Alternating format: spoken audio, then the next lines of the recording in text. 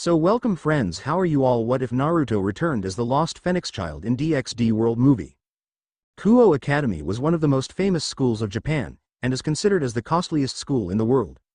Therefore this school was only attended by richest of individuals, and it was also a supernatural school which housed devils from very prestigious families like the Gremory and the Seatree families. In fact, these families were responsible for the founding of Kuo Academy.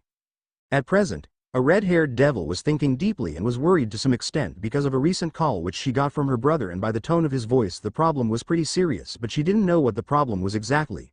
She was just informed that she needed to keep her evening free for a meeting with her brother. Akeno Himiyama was the queen of Rias Gremory, and she was her dear friend since childhood, and she had never seen her king with such a deep expression.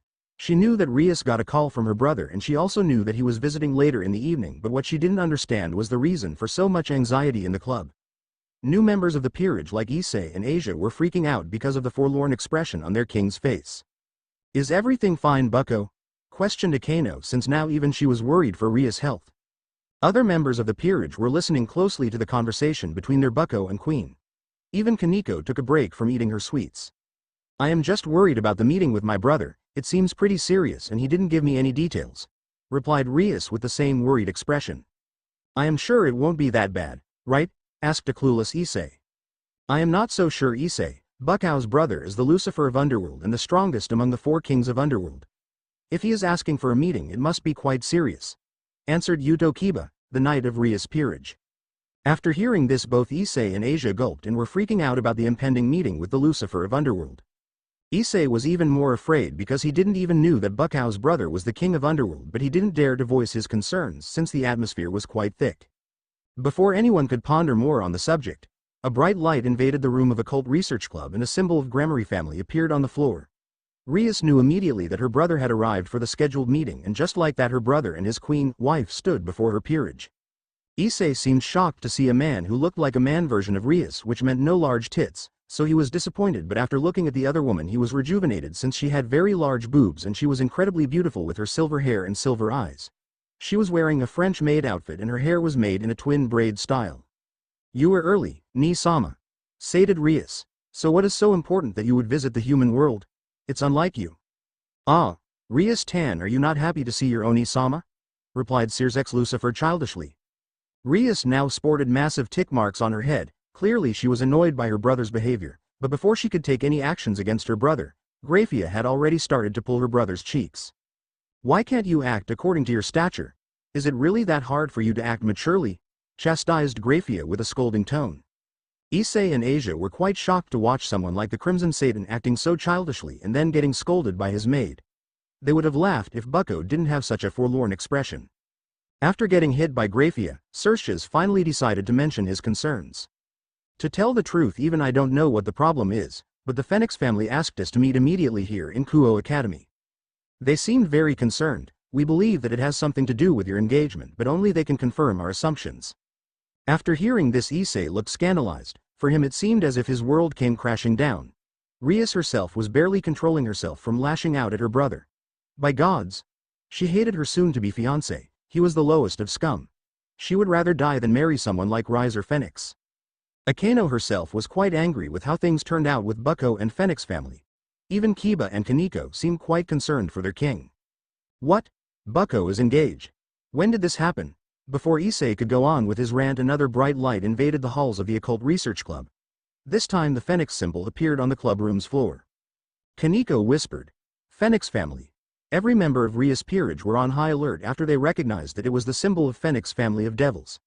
They expected to be greeted by the notorious playboy of Underworld aka Riser Fenix, but they were surprised to be welcomed by a man and a woman who seemed to be in their late 20s or early 30s. The male had blonde hair and dark blue eyes. He had a height of around 6 feet and had a decent build and donned a very noble aura. The female was around 5 feet 7 in and had a wavy blonde hair with 2 ponies which had a drill-like curled shape. The front of her hair has several bangs hanging over her forehead, with a V-shaped fringe hanging over the bridge of her nose. Akeno and Rias easily recognized the individuals as the Lord and Lady Fenix of the Fenix group of devils. Lord Fenix was the clan head of the above-mentioned group of devils and was one of the most influential devil in the underworld. Rest of the members took some time to remember the newly arrived devils, whereas Issei and Asia had no clue whatsoever and were unable to recognize these distinguished individuals. Lord and Lady Fenix Sama, It's an honor to meet you here. I just wish that it could have been under better circumstances. Rias said with a noble and a monotonous voice. It's a pleasure to meet you, Darius-san, and there is no such need of formalities between us, replied Lord Fenix with a little hearty voice. Same here, concluded Lady Fenix. Rias gave a small smile and asked, What's the matter, Fenix-sama?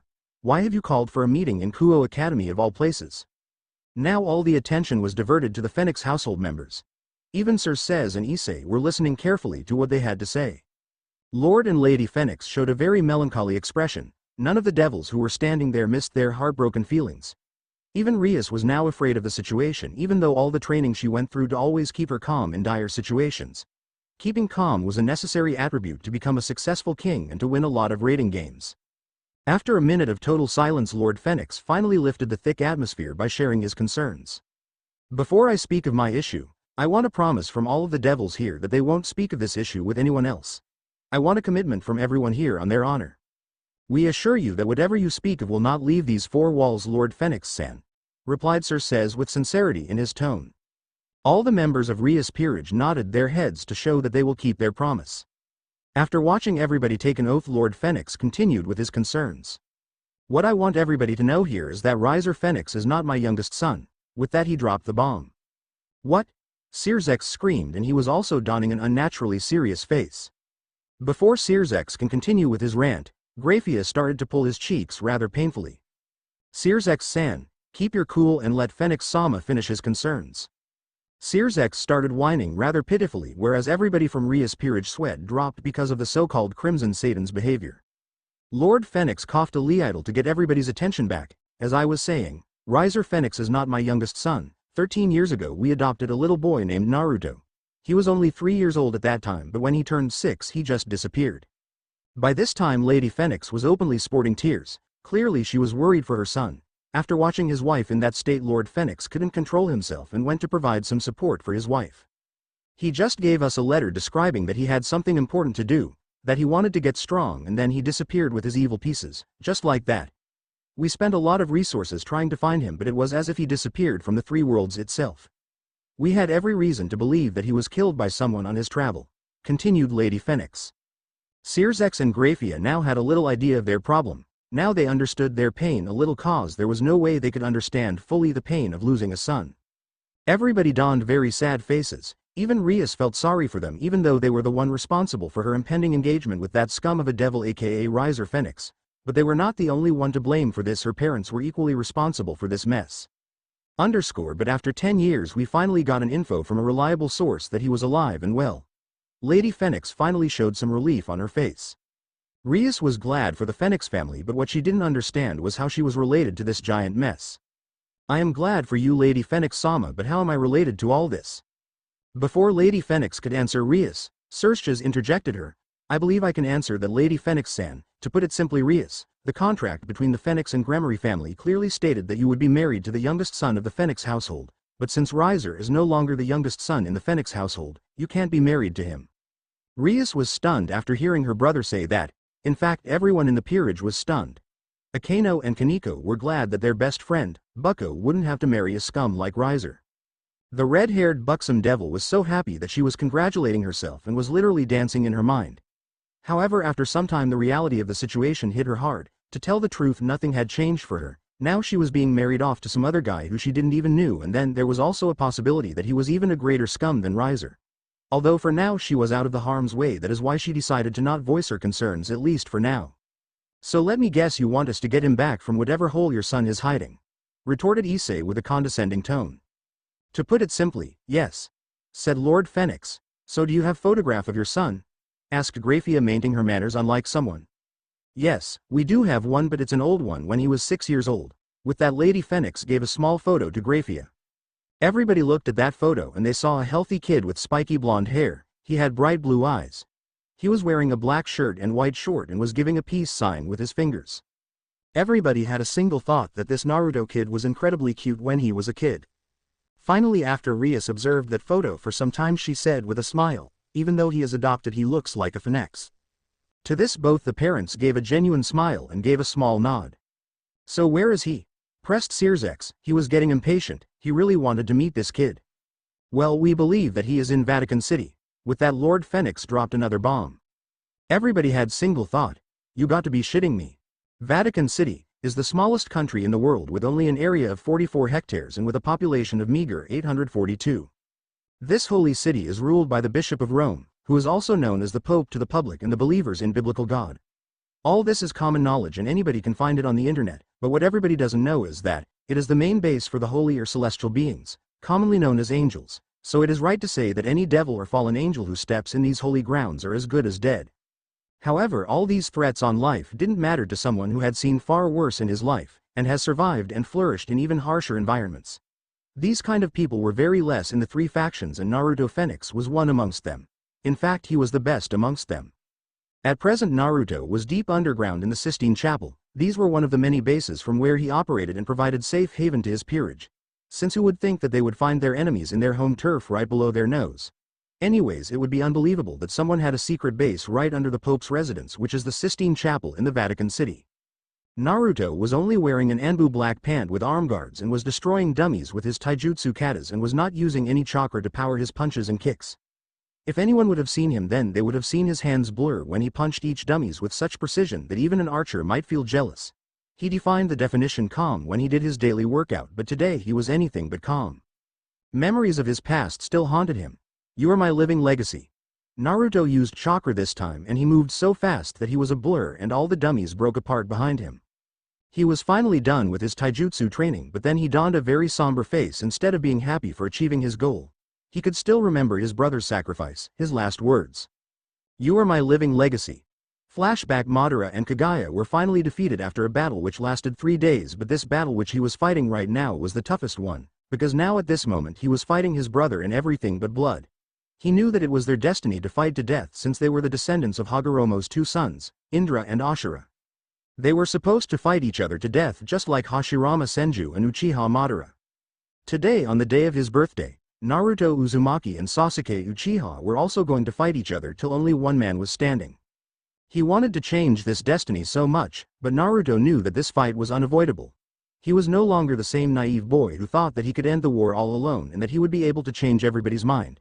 Sasuke was now beyond any kind of help. He had captured all the 9 bijus by using Chibaku Tensai, planetary devastation, and had enslaved them in massive moon-like rocks.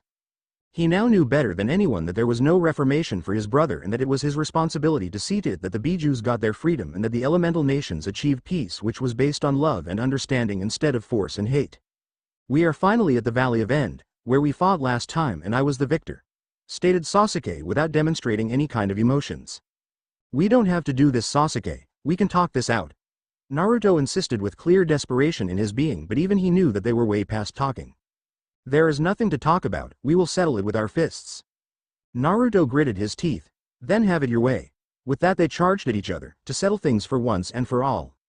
Flashback. And Naruto was now doing Salmon's ladder in his base. This was the last part of his today's workout, and was one of the toughest exercise in the world for humans, but he wasn't thinking about his training or all the sweat which was present in his body due to his intense workout. The only thing which he could think about was his 13-year-old battle with Sasuke and its dire consequences. You are my living legacy. Naruto was now gritting his teeth and he fell down from the rod and gave an animalistic growl, scream to the heavens. Why Sasuke? Why? These were the only thoughts which disturbed his mind right now.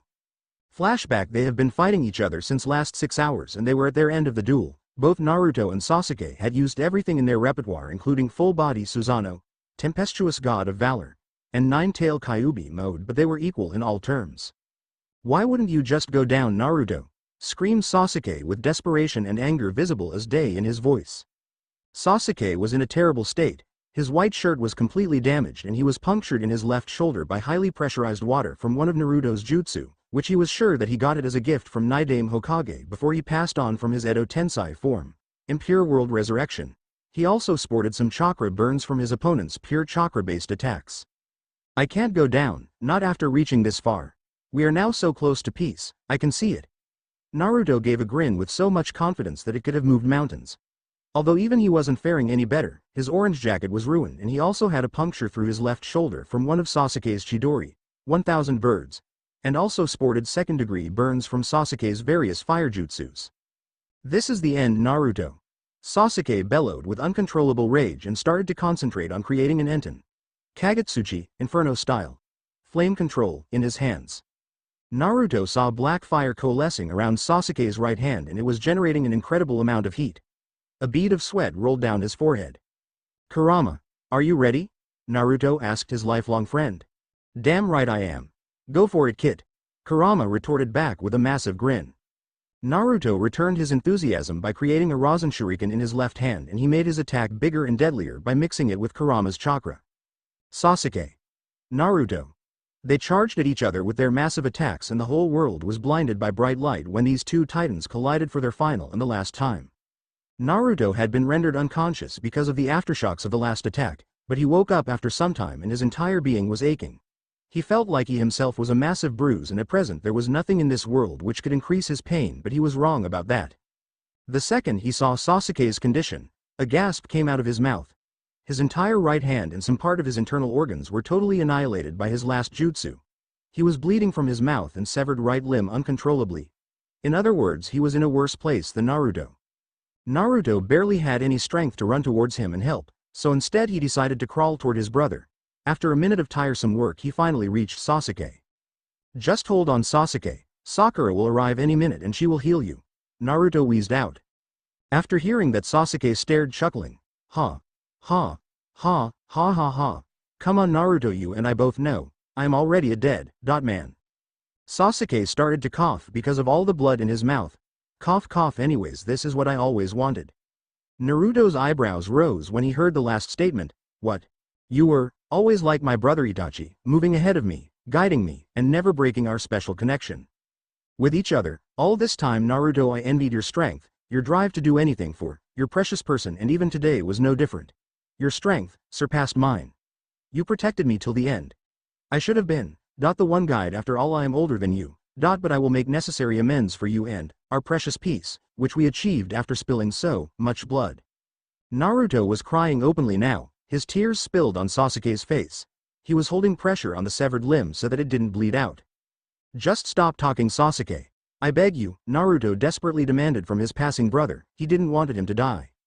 Kurama was watching a live feed from his cage, but he didn't want to interrupt his goodbye speech even though he was an Uchiha. From now onwards, Naruto. Sasuke brought his left hand and poked on Naruto's head and said, "You are my living legacy." With that, Sasuke took his last breath. No. Naruto screamed about this injustice to heavens. The yin symbol of power was transferred from Sasuke to Naruto. Naruto could feel incredible amount of power within him. He could feel Sasuke's power in him, but before he could even mourn properly, the 9 satellites holding the tailed beasts started shining brightly and a large wave of chakra hit him like a tsunami and he started to change and his eyes started bleeding. Naruto was in so much pain that he was rendered unconscious. A space-time portal appeared behind Naruto and he fell into it. He was never seen again in the elemental nations. When Naruto finally woke up, he realized that he was in an entirely new dimension with no friends and with no strengths to protect his feeble 3-year-old body. Flashback end. After relieving his greatest nightmare, Naruto had some stray tears on his cheeks, but after 10 years of isolation, Naruto had finally understood why Sasuke chose to give him his powers in the end. You wanted to keep your younger brother safe, didn't you? Naruto voiced himself. He closed his eyes and whispered with a smile, "Thank you for everything, Sasuke." Then Naruto opened his eyes, but instead of having his original bright blue eyes, these eyes were crimson in color and had 3 tomos circling over a central pupil. These eyes were the legendary Dujutsu known as the Sharingan, the copy wheel eye. Few hours earlier, Sirzechs was unnaturally serious for the first time in his life, and he had every reason to be serious since they were going to infiltrate the Vatican City, the main base for the soldiers of God, aka angels.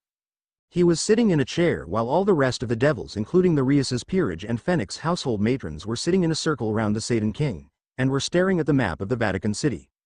Sirzechs pointed at the outer boundaries of the Vatican City and said, "Vatican City is a fortress, with high security, but even after all the security against devils it's not impenetrable." Everyone were listening to him attentively. The first line of protection which we have to overcome is the walls which surround the entirety of the Vatican City, hence the name Fortress for the Holy City. Our sources say that Naruto's base is just below the Sistine Chapelle. Sirzechs asserted the words Sistine Chapelle. This time everybody who knew about the Sistine Chapelle raised their eyebrows, which included Rias, Akeno and Ossia Argento. This is crazy, Nissan. Sistine Chapelle is the residence of the Pope. It's always protected by a legion of angels, and hence it can't be breached. Sirzechs raised his right hand to stop his sister's rant and it had an immediate effect.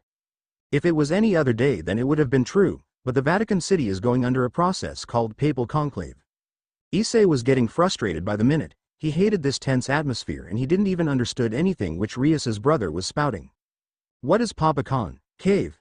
Everybody's sweat dropped. You really need some help, thought Rias, but then she decided to answer his question. Papal conclave is the process by which a new pope is selected, when the previous ones die or resigns from their position. Ooh. That's the only thing which Issei could say since general knowledge wasn't his forte. According to the rules, during this time the chapelle could only be attended by Christian cardinals, who are responsible for the selection of the new Bishop of Rome aka the Pope. So we will be able to get through the second line of defense, but how are we going to get through the walls, which will surely be made out of condensed holy energy, and we will also be not able to use our demonic energy, since they will surely sense it. Akano pointed the problems out with an inquisitive expression. Graphia gave a small smile and said, "That's very perspective of you. We have already made preparations to overcome that problem. We have borrowed a device from Ajuka-san by which we will be able to hide your energy signature, and he also has a contact inside the Vatican City, who will help you to teleport inside the Vatican City without any problems," concluded Sirzechs with a genuine smile. We can't let a big group of devils to infiltrate the Holy City. The group should be highly talented and small at the same time. Lord Fenix addressed his concerns for the first time. Sirzechs started to rub his chin and said, "You are right, that is why it will only be a group of 5, which will include my sister, Akano-san, and the Securite, then my pawn Beowulf-san and Queen Graphia-san. I am glad that you are being generous enough to join your peerage in this mission. I am really thankful." Lord Fenix gave a genuine smile. Sirzechs took out some bracelets and gave it to Rias, Akano, Issei and Graphia. "These bracelets will conceal your energy, wear it right now." All of them followed his instructions immediately. All of you should proceed to Vatican City immediately, since papal conclave has already started. Beowulf will join you later. Your mission is to retrieve Naruto Fenix alive by any means possible. This is my chance to get rid of Riser for once and for all, Rias thought with a determined face. All the members of the mission walked to Graphia and a teleportation circle arrived below their feet and they disappeared from the room of Occult Research Club. Below Sistine Chapel, Naruto was already done with his training. Now he was just sitting in the lotus position to meditate and control his vast amount of chakra and magic. His chakra was unlimited, but his magic still needed a lot of work. Even though he had very high reserves somewhere around low-level Satan King like Seraphal Leviathan, it would still take some time before he would reach the level of Sirzechs Lucifer.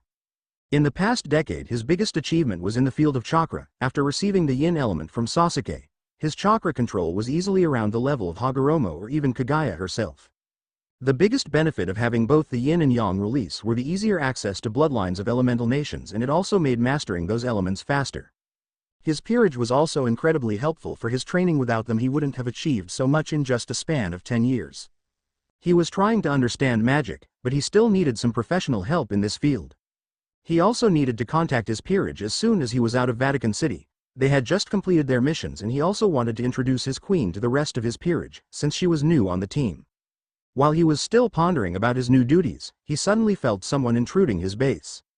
"My base has been infiltrated by some devils," Naruto mused, but then he gave a massive shit-eating grin. "This is getting rather fun, and I also wanted to try some new techniques." He knew that within minutes they would be here, so he wore his white long-sleeved shirt with the symbol of Fenix clan on his back. His shirt was open to show a large amount of his chiseled chest. He also wore a blue cloth over his black pant, which was then tied to blue rope-like belt, and put his sword of Kusanagi attached to his back using the very same rope. He also wore his black Anbu-style boots. In other words, he donned the exact same look of his brother, and he also wanted to look presentable when his guests came to greet him. Therefore there was not a way in hell he was wearing orange. "They are already here," thought Naruto. As soon as the thought came to his mind, the wall in front of his training room blasted and a man in his mid-20s with brown hair presented himself. He was little too bulky. Naruto knew that he was Beowulf from Lucifer's peerage. This is going to be a lot of fun. What can he say? He was really bored. A few minutes earlier, the group of devils had met with Beowulf, who was already there in Vatican. As soon as the introductions were done, they decided to head for Sistine Chapel. Things were going great until they entered the base of this mysterious boy known as Naruto Phenex. The base was a fucking maze. It was difficult to maintain a sense of direction. It was only because of Graphia's amazing sensing ability that they were able to maintain their course. It was absolutely necessary that they were out of this hellhole before an hour, because as soon as papal conclave was over this chapel would be flooded by angels. I found him. We have to be cautious because there is every possibility that he has already sensed us, Graphia mentioned with a stern tone, making the others in the group flinch. He shouldn't be much trouble. He is the same age as Bucho-san. I am pretty sure that all of us can take us. Issei suggested with a grin. Graphia's eyes narrowed and she gave a scathing glare to Issei. We know nothing about him. It's best to not underestimate him. Understood. She is scary. Issei nodded his head as fast as he can. Rias and Akeno heard the conversation and couldn't help but feel pity for the poor guy, whereas Beowulf just snickered. Graphia was in an absolute bad mood. The reason was not Issei, but it was the runaway son of the Fenix family. She sensed his magical power and it was humongous. It possibly matched or surpassed hers. This is just not possible. He is just a boy, he shouldn't have such scary magical power. Graphia now donned a big frown. Beowulf saw Graphia frown and he thought, what is the big deal, Graphia? A Fenix shouldn't make you worry this much. He is right behind that wall. She pointed the wall to Beowulf. Beowulf gave a massive grin and charged his right hand with demonic energy and charged at the wall. Hole in the wall. The entire wall came crashing down. Rias, Akeno and rest of the group followed the brown-haired man. Beowulf-san has insane strength and he is not even a rook, Issei whimpered after watching the crazy demonstration. As soon as Rias, Akeno and Graphia saw the person standing in front of them, they sported a massive blush. After 10 years Naruto had become incredibly handsome. His hair was messy and had 2 bangs of hair reaching his narrow jaw, but at the same time it suited him amazingly. His body was well muscled and looked as if it was made by marble, and also had well-defined 6-pack abs. He didn't even hide those sexy abs. His bright blue eyes watched everyone with such intensity that it made Rias, Akeno and even Graphia to be conscious of their looks. By all that's holy, how can there exist such a specimen of a man? Were the common thoughts of Rias and Akeno. I don't have the luxury for those kinds of thoughts, at least not now. With that she controlled her instincts and this clearly showed her experience as a fighter. Issei managed to watch the small moment between the women and seethed, he is one of those handsome boys, and started crying anime tears. Naruto stared at all the occupants in his training room and was not giving any kind of emotions. This in turn made everyone nervous. Then suddenly Naruto vanished from his position and hit Beowulf so hard that he went flying backwards. He is so fast. The thoughts of all the group members were the same. Graphia was the only one who reacted on time and sent a load of ice crystals at Naruto, but it was for naught. He again vanished at incredible speed and was just a blur to Graphia. Beowulf had just managed to recover from that strong hit, but before he could go to help Graphia, the monster of a Fenix appeared in front of him and he unsheathed his sword and stabbed him in the shoulder. Huh! Beowulf just gritted his teeth. I am numb, it must be a holy sword. Beowulf thought alarmingly. Naruto sheathed his sword in the scabbard and then looked towards other devils. Beowulf grabbed his wound and started panting. Graphia was giving a scathing glare to Naruto. Rias had already coated her hands with the power of destruction, and Akeno started to chant a lightning spell, whereas Issei was scared as shit. This guy is crazy strong. Issei had a batshit scared face on his face. Before Rias and Akeno could get their spell ready, Naruto appeared in between them and kicked in Akeno's face, and then he took a turn in the air and jammed his knees in Rias's gut. Naruto unsheathed his sword to give a final blow, but he wasn't allowed that courtesy because of a giant ice spear which came at high velocity with every intention to pierce his heart.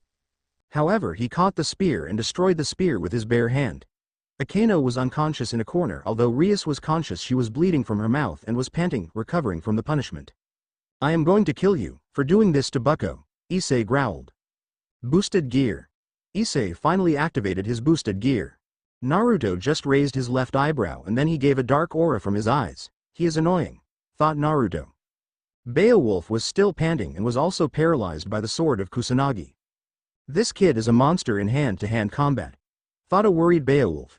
This mission was a simple retrieval. Even though the target was to be retrieved from Vatican City, he never expected to get his ass kicked so soundly. He was powerless for the next precious few minutes. Graphia was just watching the fight right now, and wanted to see how the Sekiryute performed against Naruto. She knew that the whole battle could be avoided if the misunderstanding was cleared, but the second she read Naruto's magical power, she knew that now it was necessary to ascertain the limit of his power, since he might very well be a threat. Naruto stared at Issei with the same dark stare. You will kill me? Naruto mocked. This boy was full of openings in his stance and he was going to kill him. Was he serious? Naruto disappeared from his position and appeared right in front of Issei and took hold of his shoulder. I didn't even saw him, thought Issei. Even though Naruto was holding Issei's shoulder, he wasn't even looking at him. Instead his eyes were focused on Graphia. "All this time you were alive on my whim, now I will take your life at my whim," said Naruto without any emotions, and he unsheathed his sword from his scabbard.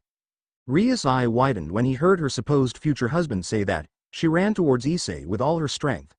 "I am not going to make it on time," thought a scared and panicked Rias. She didn't want to lose her pawn and friend. Issei couldn't do anything, he flinched because of the fear to die.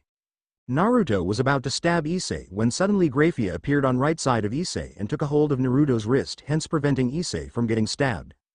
Naruto was a little surprised to see her move that fast. She didn't seem like a speed-oriented devil. Graphia never used that kind of speed, since it put a heavy strain on her body, and she was not a knight but a queen with large magic reserves. She couldn't use her magic in such an enclosed space. Rias thanked heavens for the timely interference of her sister-in-law. "That's enough, Naruto Phoenix-san, we are not here to fight, instead we are here to take you back home, to your parents," informed Graphia with a cool mind.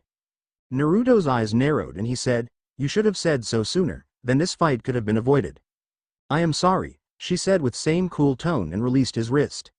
"Let's get out of here before the papal conclave ends," Graphia commanded with a stern tone. Beowulf had finally managed to get rid of his paralysis, and then he went to fetch Akano, who was still unconscious. Rias was glaring at Naruto's back with so much hate that he would have vaporized if a glare could be lethal, whereas Issei was so scared that he was sure that he will be getting nightmares about today's day for a week. Finally, everybody grouped in front of the teleportation circle which Graphia created and vanished from the Vatican City. The retrieval mission of Naruto Fenix was a success. Sirzechs had been waiting in the occult research club with the Fenix Patriarch for over 3 hours, and to tell the truth all of them were getting worried for their friends and the success of the mission in general. The stakes were high, and there was a possibility that if the complications were not handled delicately, then it would cause an international incident with disastrous consequences. Even though it was just a retrieval mission, there was a possibility of things going south because of the numerous variables in play. Remaining members of Rias's peerage realized that, hence they were constantly fidgeting and were clearly worried for their fellow members of the peerage. They had every right to worry about them, since the retrieval of the package was supposed to happen in the Vatican City, which is the main base of angels, the nemesis of devils. Sirzechs had sent 2 of his peerage members to see to it that the mission went without a hitch. It shouldn't be taking this long for Graphia for just a retrieval mission of a 16-year-old devil who is only adopted by the Fenix, mused a worried Crimson Satan Lucifer. At best he should be a high-class devil, and someone like Graphia and Beowulf can easily take care of someone of that caliber, if they prove to be a trouble, Crimson Satan mused further. Sirzechs narrowed his eyes and gave a side glare to the unaware Lord Fenix. Maybe he is hiding something about his son. There must be something special about him, or else why adopt him? Lord and Lady Fenix were also getting incredibly worried about their son's health. Unlike their other children, Naruto had not received any kind of formal training from their family, and he was holed up in a place which was very hostile for any devil. They also had so many questions for him, and they expected an answer. What kind of son just leaves one day without leaving any kind of good explanation? Definitely not a good one. They already had a disappointment for a son in Riser Fenix. He was way too arrogant and had every possible bad habit a juvenile can have. After a heart-wrenching gap of time, a bright light invaded the room of the Occult Research Club, and a teleportation circle of the Gremory family appeared on the floor to reveal the face of 5 members who were responsible for the retrieval of Naruto Fenix, who were accompanied by our very own blonde hero. Sirzechs' worried expression instantly turned into a frown when he saw the state of his family, peerage members. In layman's term, everybody except Graphia looked like shit. What the fuck happened? Even the rest of the members of Rias's peerage were alarmed after watching the terrible condition of their king and queen. But before they could run towards them and help them, Sirzechs stopped them with a glare. All of them got the message. It was not the time to let emotions control you. The second Lady Fenix saw Naruto. She ran towards him and gave him a tight slap on his right cheek and then hugged the life out of him. She was crying tears of happiness. Finally, after a decade, her son was returned back to her. For her, this was the happiest day. Nobody dared to interrupt them, not even Sirzechs. Even he knew not to poke the mama bear. "I missed you too, Ka-san," Naruto replied with a true smile. He was glad to be home. "You have grown a lot. When I first met you, you were like only 2.5 feet, but now you are easily around 6 feet in height," Lady Fenix said with pride.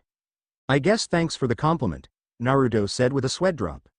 Rias watched this scene, and even she felt little sad for Lady Fenix, and she also got to see Naruto in a new light. At present he didn't seem like a guy who almost killed everyone on her peerage just a few minutes ago. It was like he was able to turn his emotions on and off like a switch. That thought scared her even more. He was acting like a killing machine back in Vatican City when he was beating the crap out of them. Now he was a loving son. Rias gritted her teeth when she remembered her shameful defeat at the hands of Naruto. He took her down with a single hit and then proceeded to take down the rest of her peerage within seconds right in front of her eyes. She started to clench her fists so hard that it turned white. I was unable to do anything against him. Issei was also lost to melancholy and his own powerlessness, whereas Akano was still unconscious. Lord Fenix gave a nod to Naruto, which meant, "Welcome back." Naruto returned the nod back and went to his father to have a little chat with him. After few minutes of small talk between father and son, Sirzechs donned a smile to cover his own restlessness and interrupted them and said, "Naruto-kun, would you mind to go to another room with Rias's peerage? I would like to have some talk with your parents here." Sirzechs made it sound like a request, but in fact it was an order. He also said it loud enough for everyone to hear it. Rias and her peerage had already started moving into other room.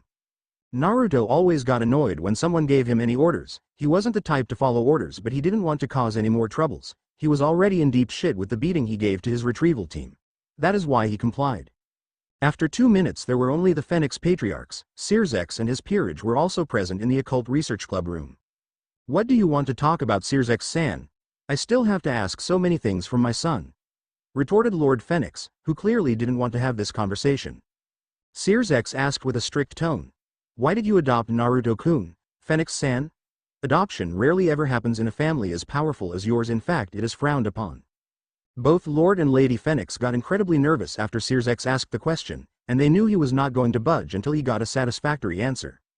After some time they collected themselves and said, "When we first met him he was bleeding incredibly and was unconscious in our garden. We thought that he was going to die, but then miraculously his wounds started healing rapidly right in front of us like a phoenix, and he also looked so much like a phoenix that we couldn't ignore it."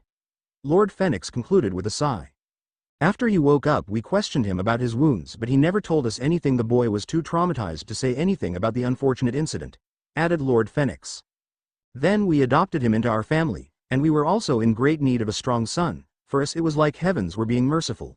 We have lots of hope for him," said Lady Fenix with a calm tone, but everyone could see the fire in her eyes. "Clearly, your son is strong. He managed to harm so many of our people, including my king's pawn and sister," Grafia replied with a chilly tone. "That is not possible. He received no kind of formal education or training from our family. He shouldn't be strong enough to defeat a group of devils with such a promising future." Lady Fenix pressed since the logic was found. Lord Fenix was now petting his chin and was trying to make sense of the situation since it was deteriorating by the second. Something might have happened to Naruto during his self-imposed exile. "Before we make any kind of conclusions, I and Beowulf would like to debrief the mission. It will make the situation clear, which will allow us to get to a rational decision," suggested Grafia with her usual stern maid mode. Grafia and Beowulf started to explain things which occurred in their last mission. Fenix Matron and Sirzechs first listened out in curiosity, and then their eyebrows shot up because of astonishment on the young Fenix's accomplishment. "You got to be kidding me, Grafia. Do you mean to say that he was able to defeat an entire group of devils by himself?" Sirzechs asked with his jaw hanging on the ground. All facts pointed that he shouldn't be this powerful. This raised even more questions. Sirzechs thought that some angels might have interfered for this much damage to happen, but clearly that was not the case. Even Lord and Lady Fenix were left speechless. They only had one thought: what have you been doing for the last 10 years, Naruto-kun? He was able to take us down systematically by using only his physical prowess and his holy sword.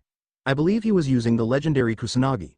That in itself raises a lot of alarms," Beowulf said with a grave and shameful tone, since he was again reminded of his quick defeat against that monster of a phoenix.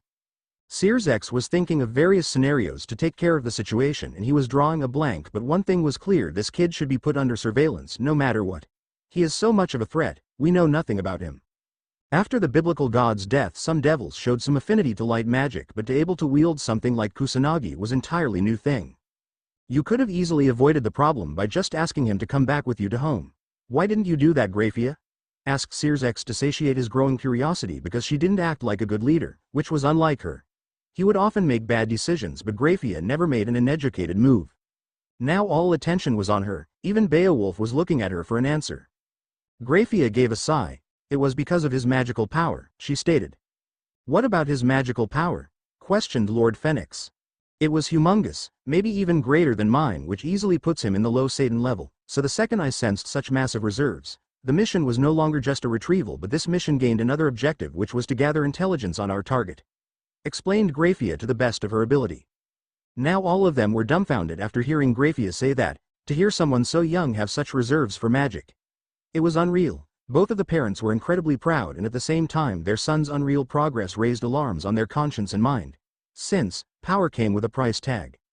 I also have reasons to believe that what he showed us in Vatican City barely scraped the true depth of his power, since he didn't use any kind of magic against us, and even then if not for me none of us would have come back alive. Added Graphia with a grave tone. He is the strongest Fenix, in the recent history of Fenix family. He is stronger than Fenix-san's oldest son Retrieval Fenix. One thing which I am absolutely sure of is immense physical capabilities which he demonstrated in our fight. To tell the truth, it was more of a massacre than a fight, said Beowulf with a shame clearly visible in his voice. We also don't have any idea of the identity of his peerage members, added Beowulf, since he was pretty sure this Naruto kid's companions were anything but powerful.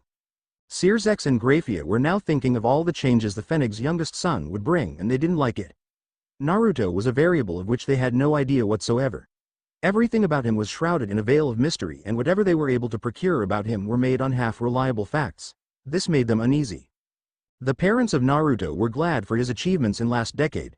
At present they didn't care about anything, since after a long time their son was home. That's all mattered. They didn't want to think too much and ruin the joyous mood.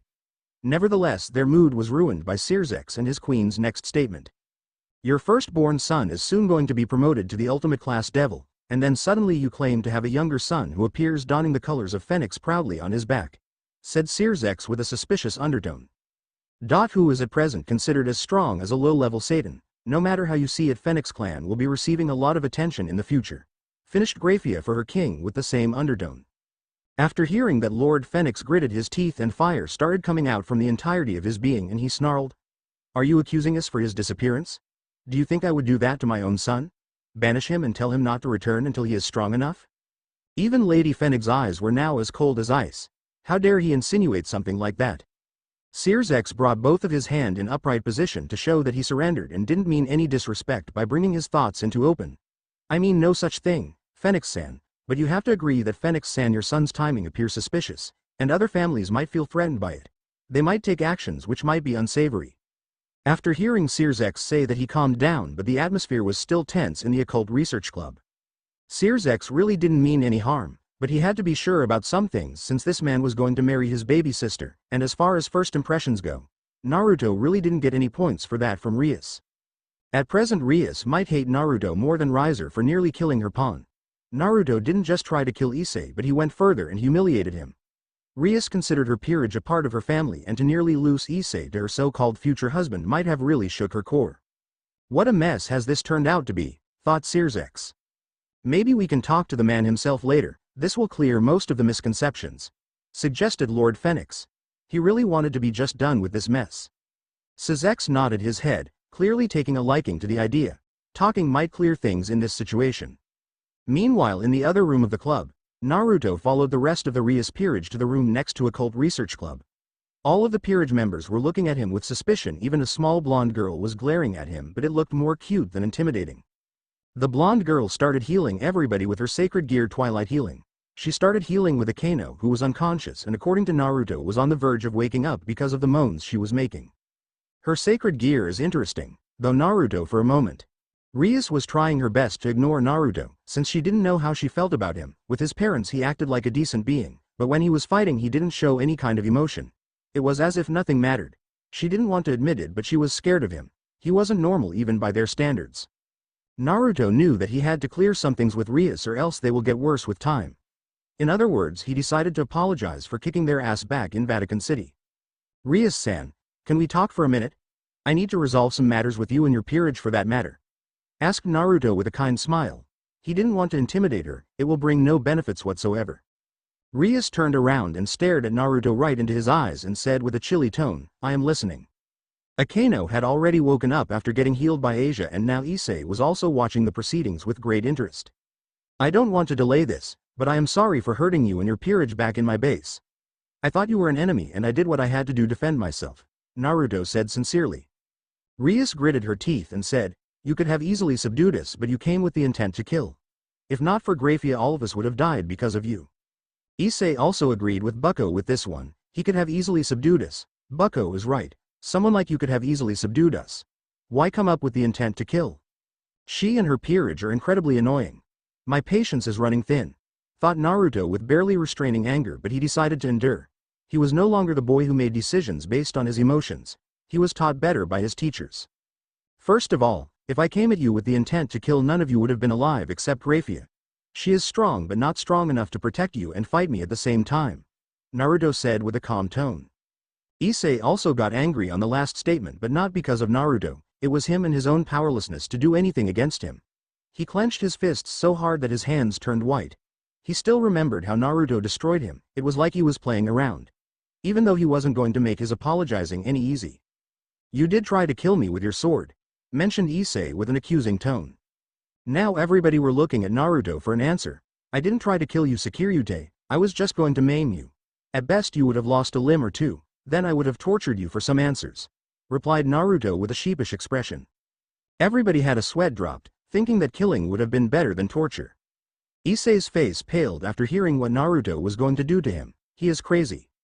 Rias wanted to give a piece of her mind, but before she could say anything, Naruto said, I even gave you enough time to explain yourselves before our little altercation. If you would have explained yourselves, then nothing of this sort would have happened. Why didn't you do that, Rias-san? Rias blushed like a tomato and remembered what she was doing at that time. She was checking him out. Rias spluttered a lot of times trying to give a reason but ended up embarrassing herself. I am the one at fault here, thought an embarrassed Rias. Arabuko, he is right. Anyways, none of us were harmed. There are just some bruises, said Akano with her usual playful tone. He was going to torture Issei. He really must know some techniques. I hope he will teach me. Naruto saw a blushing Akano and said with a honey-like voice, thank you for being so understanding. I really appreciate it. Akano blushed even harder. Rias had a massive tick mark above her head. Naruto was ignoring her, but then he turned around. Look, it doesn't have to be like this. I know we started on a wrong foot, but give me another chance. Let me make it up to you, Rias-san, Naruto said with the same sincere tone. Rias blushed a cherry red and she spluttered again, but she managed to say measly, okay. Issei was crying anime tears in the background because Naruto managed to solve a tough situation just by using sweet words. He is just like Kiba, in that regards. Bastard. Where are the changing rooms? I would like to change into something which will not draw so much attention, asked Naruto. Changing rooms are right around the corner, said Rias while at the same time pointing to the direction to the changing room. Naruto gave a nod and vanished to the changing rooms in Occult Research Club. After some time, Sirzechs and the Fenix matrons entered the room of the younger devils, followed by the members of the Sirzechs peerage, which included Grafia and Beowulf. Where is Naruto-kun? Asked Lady Fenix. Before Rias could answer her, Naruto voiced himself from Sirzechs' back. I am right here, Ka-san, replied Naruto with a cherry tone. Naruto was wearing a white shirt with wrinkle-free black pants, and he was also wearing a black blazer which looked incredibly good on him. He kept two of the shirt's buttons open to show a little of his well-sculpted chest. Rias and Akano immediately blushed after watching him in such a formal attire. He looked handsome and fierce at the same time. He said he didn't want to attract any attention, as if his present clothing helps him, thought Rias with her still furious blush. Sirzechs thought we're running on an entire opposite direction as compared to Rias. I didn't even sense him. Sirzechs thought gravely but nevertheless maintained his bubbly personality. Naruto-san, we would like to have a conversation with you later. Maybe we can do it in the underworld? Naruto gave a nod. I would like that. It's about time that I returned back to my home. I want to feel her very beating heart, said Naruto, showing some of his enthusiasm. Let's do that. Lord Fenix clapped his hands and a teleportation circle of the Fenix family appeared beneath the feet of Naruto and Sirzechs' peerage, and they vanished from the Occult Research Club, leaving only Rias and her peerage. Fenix Mansion. Lord Fenix teleported himself and his companions to his study room in the Fenix Mansion to get some answers from his wayward son. Lord Fenix's study was very extravagant, with a teak desk and a small minibar in the corner of the room filled with the most exotic scotches in the underworld. The study room was archaic in nature and had big windows which had brilliant view of thick trees and nature in general. There was also a dartboard attached to the front wall of the desk and some darts were attached to it. Naruto made his way to minibar and poured himself half a glass of raw whiskey with only ice and started taking some sips from it and started playing with a dart which was there in the minibar. So let's get to the point and tell me what you want to know, but keep in mind that I won't be answering all of your questions. Naruto's cheery tone instantly changing into a cold and stern one. Everyone was a little surprised to see sudden change in his behavior, but nevertheless asked their questions, starting with Lady Fenix. Where were you all these years? Lady Fenix asked with a concerned tone. Naruto gave a small smile. His mother always knew how to make him calm. I was in a lot of places. Budapest, Prague, Vatican City, Olympus, the list goes on. Everybody's eyes widened when Naruto mentioned the last place. Olympus is a place where the Greek gods resided. Nobody was allowed to just enter there on a whim. What were you doing in Olympus, Naruto-kun? Lady Fenix asked again before anyone else could. Everyone could clearly see that she was worried. I was on a mission for Lord Zeus. Can't give the details, they're classified, said Naruto with a stern tone before Sirzechs could question him further. Why did you leave us in the first place, Naruto-kun? We were heartbroken, we had every reason to believe that you were already dead. This time it was Lord Fenix who demanded answer with a sad face. Clearly his old age was catching up to him. I am sorry for doing that. I would like to give a decent reason, but the truth is I wanted to become strong, but at the same time I also wanted to visit different places and learn new things, replied Naruto, and he was clearly serious. This time Lord Fenix showed some anger. We could have easily provided with all kinds of training you needed to make yourself stronger. Naruto raised his right hand, stopped his father before he could speak any further. No, you could have never made me as powerful as I am today, even you know that. My strength is a strength which is achieved by being in numerous life and death situation. No kind of training can give me that. In last 10 years I had a goal. What was it? Asked Sirzechs, barely concealing his curiosity about the enigma this Naruto Fenix is. To survive and flourish. To do this I had to become someone else. I had to become something else, finished Naruto with a calm tone. The only reason I survived this endeavor was because of you two. Naruto points at his parents. You both gave me the strength, because I knew that you both loved me, and no matter how much of a trouble I am in I always had a place to return back to. My home. By this point even Naruto had some stray tears rolling down his cheek. Lady Fenix ran to her son and gave him a huge hug. Lord Fenix also followed his wife and also gave him a hug. You're home now, said the parents of Naruto together. What a brave boy. Doing something like this takes strength. No wonder he is so powerful in such young age. These were the similar thoughts which were running in both Sirzechs and his queen. In the room of Occult Research Club, two individuals were having a fierce match of chess, trying to outclass each other. Well, at least one of them was trying to put a fierce match. Sona frowned after watching her childhood friend not paying enough attention to the game. Clearly, she is bothered by something, thought Sona with a frown marring her face. Sona was a young bespectacled woman in her late teens with a slim figure, black hair styled in a short bob cut and deep violet eyes which seemed to penetrate a person's being. She was also the third most popular girl in the Kuo Academy after Rias and Akano Hamejima. Sona was popular for being the president of the student council in Kuo Academy, but in Underworld she was known as the heiress to the Citri family, who were one of the most powerful family in the Underworld. They had the designation of Prince in the Underworld. Checkmate, declared Sona, but without her usual enthusiasm for defeating her childhood friend. Rias, after her humiliating defeat, finally came to her senses and frowned to show her displeasure. That was rather quick. Maybe I am having a lousy day. Sona was now getting frustrated by her friend's clumsy behavior and decided to do something about it. Is it Naruto Fenix-san who is eating your mind right now? Asked Sona with a raised eyebrow. Rias's eye widened and she comically pointed at her friend and asked her rather loudly, how do you know about him? It's hard to not know about him. You might not be informed about this, but at present all the attention is concentrated on the Fenix family. Their oldest son is going to be promoted to the ultimate class devil, and then rumors of their youngest son to be as strong as a Satan is going around. And finally I heard from my sister about your impending engagement with Naruto-san. Do you want to talk about it? Sona asked the last part wryly, since she wasn't sure that whether she would be of any help to Rias. She wasn't exactly known for relationship advice. In fact, she might be the worst person to talk about it.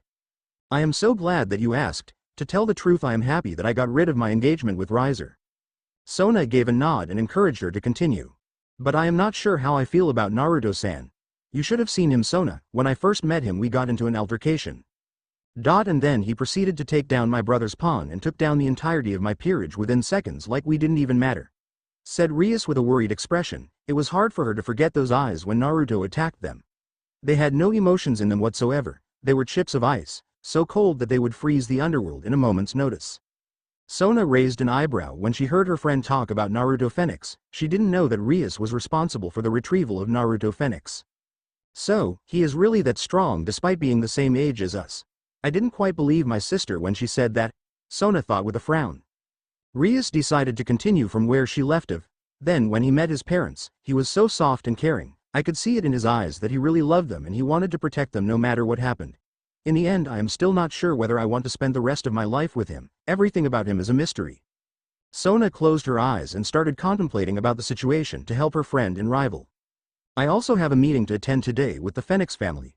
They want to renegotiate the terms of marriage with the Gremory family. Personally, I would rather not get married until I get to know the other participant better, concluded Rias with a sigh. After looking into the situation, Sona gave a smirk to Rias. Last time when your marriage with Riser was announced, you were downright enraged, but this time you were too calm. Do you have some sort of crush on Naruto-san? Ria's face turned cherry red after her friend's accusation. She spluttered for a few seconds but was not able to say anything. Sona just gave a small mirthful chuckle for her friend's misfortune, whereas Rias just glared at her childhood friend. Before the fight between them could escalate any further, Akano made her presence known. She arrived using a teleportation circle. Bucko, the preparations are done. We can move out to the Fenix mansion for the meeting. It would be better if we move out as soon as we can, Akano said with a serious voice. Rias gave a stiff nod, which meant that she agreed with Akano. Sona just gave an understanding sigh. All the best, Rias. I hope that the meeting is fortunate for you. Rias just nodded back and disappeared with her queen from the occult research club using a teleportation circle. Somewhere in London, in an underground tavern in London, a bar fight was going on between two individuals who were fighting topless. One of them was a bald man with buffed muscles and he had a huge figure somewhere around 6 feet 7 inches, and another man had blonde hair with well-defined chest and abs, but he didn't look as intimidating as the earlier mentioned person. In fact, he was rather lean and good-looking but didn't seem like a guy who could take a beating, yet here he was letting the other man hit him like crazy while the blonde guy was just chuckling as if he didn't even felt the punches. He was none other than our favorite hero Naruto, who had tendency to piss other people off, namely the people who had bet on him losing. Rip his balls off. Kill that bastard. Eat a giant dick, you blonde bastard. Naruto was just smiling and was taking the beating, but then his eyes went towards a beautiful woman who was sitting in the bar while drinking a glass of wine while holding his shirt and blazer. The woman had beautiful green eyes and red hair which were tied into a pony using a maroon ribbon in a bow shape. She was wearing a Victorian-style dress which generally royal women wear for high-end parties. It did nothing to hide her figure. Naruto's eyes started to wander towards her assets, which were neither too big nor too small. They were just perfect. She looked absolutely gorgeous and gentle, but she had no place in a rundown tavern. Heck, no woman should be present in a place like this, and above all Naruto knew the woman. This made it harder for him to concentrate. That momentary distraction cost Naruto, and he received a massive right hook from the bald Hulk to his face. However, Naruto managed to maintain his balance and didn't fell into the dirt, embarrassing himself. He is going down, Naruto thought and gave a heated glare to his opponent.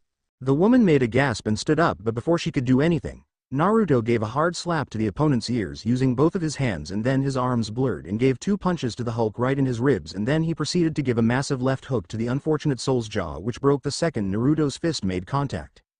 Naruto wasn't done with his assault yet, then he made a back flip and kicked him right at his cranium, effectively shutting the enemy down. Everybody's jaw was hanging on the ground. All of the hits from the blonde man happened in a fraction of seconds. The very man who was getting his ass kicked just moments ago. Naruto made his way to the woman who was holding his shirt and blazer. Nobody dared to block his way. In fact, many of them were giving him the loathing respect which he deserved. Naruto came close to the woman with very little steps, and before the lady knew he was right in front of her, his face so close to her that a little push and their lips would collide. The lady sported a small blush, but it was hard to determine whether the blush was because of the wine or was it because a topless Naruto was so close to her. Naruto just gave a blank expression, and then he snatched his shirt and blazer and started wearing them one by one, so that he looked decent. Naruto, after wearing his clothing, gave a smile and said, "Why are you here, Akasha? You shouldn't be here in a place like this. It's dangerous, you know?" Akasha gave a scathing glare to Naruto. "I am a Shinso vampire. I am pretty sure I can handle myself, and don't you dare to change the subject, Naruto. I was forced to come here after you cut any kind of contact between me, your own queen. I am supposed to be with you at all times." The now identified woman said the last part in a whisper. "You didn't even introduce the other members of your peerage to me," Akasha concluded out loud. Naruto just gave a sigh. He knew that the moment he made Akasha his queen, she was going to be left out of a lot of things, since she wasn't like the other members of his peerage. All the other members were his previous comrades who he had fought together within the 4th Great Shinobi War. Naruto enveloped Akasha in a hug and pulled her close. "I'm sorry for everything, Akasha, for not contacting you and leaving you. That wasn't right. You must have been worried. You are my queen. You are supposed to know everything about me. Don't you worry, Akasha, I will make this right. Naruto lied using honey-like words. It left a bad taste in his mouth, but there was not a way in hell that he was going to tell her everything about him. It would put him and the rest of his peerage in a great danger. He could never do that, but deep down he wished that he could talk about it. Deep down he wished that he could talk about it to her, his queen, Akasha Bloodriver. Akasha was stunned when she was suddenly enveloped in a hug from Naruto. As far as she knew, he wasn't the type to do these sort of things. He was always aloof and non-caring about things. Yet here she was hugged by Naruto. She had never been hugged like this in ages, especially not after that failed relationship with Issa. After a minute, which felt like ages to Akasha, Naruto released her from his grip and gave a heartwarming smile which brought a blush on Akasha's face. I need you to go to a meeting in the Phoenix Manor. Even I don't know what the meeting is about, but I will come sometime later. I have some work in Switzerland. Akasha gave a nod and then Naruto clapped his hands loudly. Akasha got teleported to Phoenix Manor as Naruto used a teleportation circle. Naruto used a spell that made other people lose their memories, since he didn't want other people to know more about devils, especially seedy people of this tavern, and then he disappeared in a yellow flash to Switzerland. Phoenix Manor, Sirzechs and his wife Graphia, Lord and Lady Gremory, Rias and the rest of her peerage were sitting comfortably in the sofas of the living room in the Phoenix Manor with Lord and Lady Fenix. Both of your sons are late, Fenix-san. Do they plan to make an appearance today? Asked Lord Gremory in a joking manner, but deep down he was serious. He got the information that Fenix family had an even younger son than Riser from Sirzechs. This information changed the marriage circumstances. It was absolutely necessary that they go through all the required meetings to get to a proposal which satisfied both the parties. It was great to know that according to Sirzechs the younger son was better as compared to Riser, but that didn't calm his worries. He wanted to meet the devil in question face to face, so that he himself could ascertain that what kind of devil this Naruto was. Rias and her peerage were stoic and didn't reveal any kind of emotions, but deep inside they were in turmoil. Rias didn't know how the meeting was going to proceed, and that worried her a lot. Issei didn't want Bucko to get married for obvious reasons like love and lust. Akano and rest of the peerage were worried for their Bucko friend, since it was a very important meeting which would decide their king's fate. Soon a bright light invaded the Phoenix living room and two devils made their presence known. They were none other than Riser Phoenix and his queen Ubeluna. Mother, you called me. What's up? Riser asked a little disrespectfully, but then his eyes went towards Rias and he gave grin. Rias-chan, are you here to meet your future husband? I never pegged you as the type to initiate these sort of things, said Riser with a lecherous expression. Ubeluna eyed Rias and then gave a smirk. Rias gave an aura of disgust and growled, I am not here to marry you, Riser. Riser started to glow orange and hot fire started to surround his very being like a blanket. It seemed like he would attack any moment, but before he could make any type of moment, Lord Fenix snarled and was clearly agitated. Riser, stop embarrassing yourself more than you already have, or else I will take necessary actions. Lord Fenix aired his threat and it had an immediate effect on Riser. He shut his mouth and gave a small tch, showing his displeasure. Sirzechs immediately made a small talk to lighten the mood. Ma, Fenix OG-san, please control yourselves. These young devils are always hot-blooded. Lord and Lady Gremory gave a nervous chuckle to show their discomfort, but deep down they were glad that this man wasn't going to marry their daughter.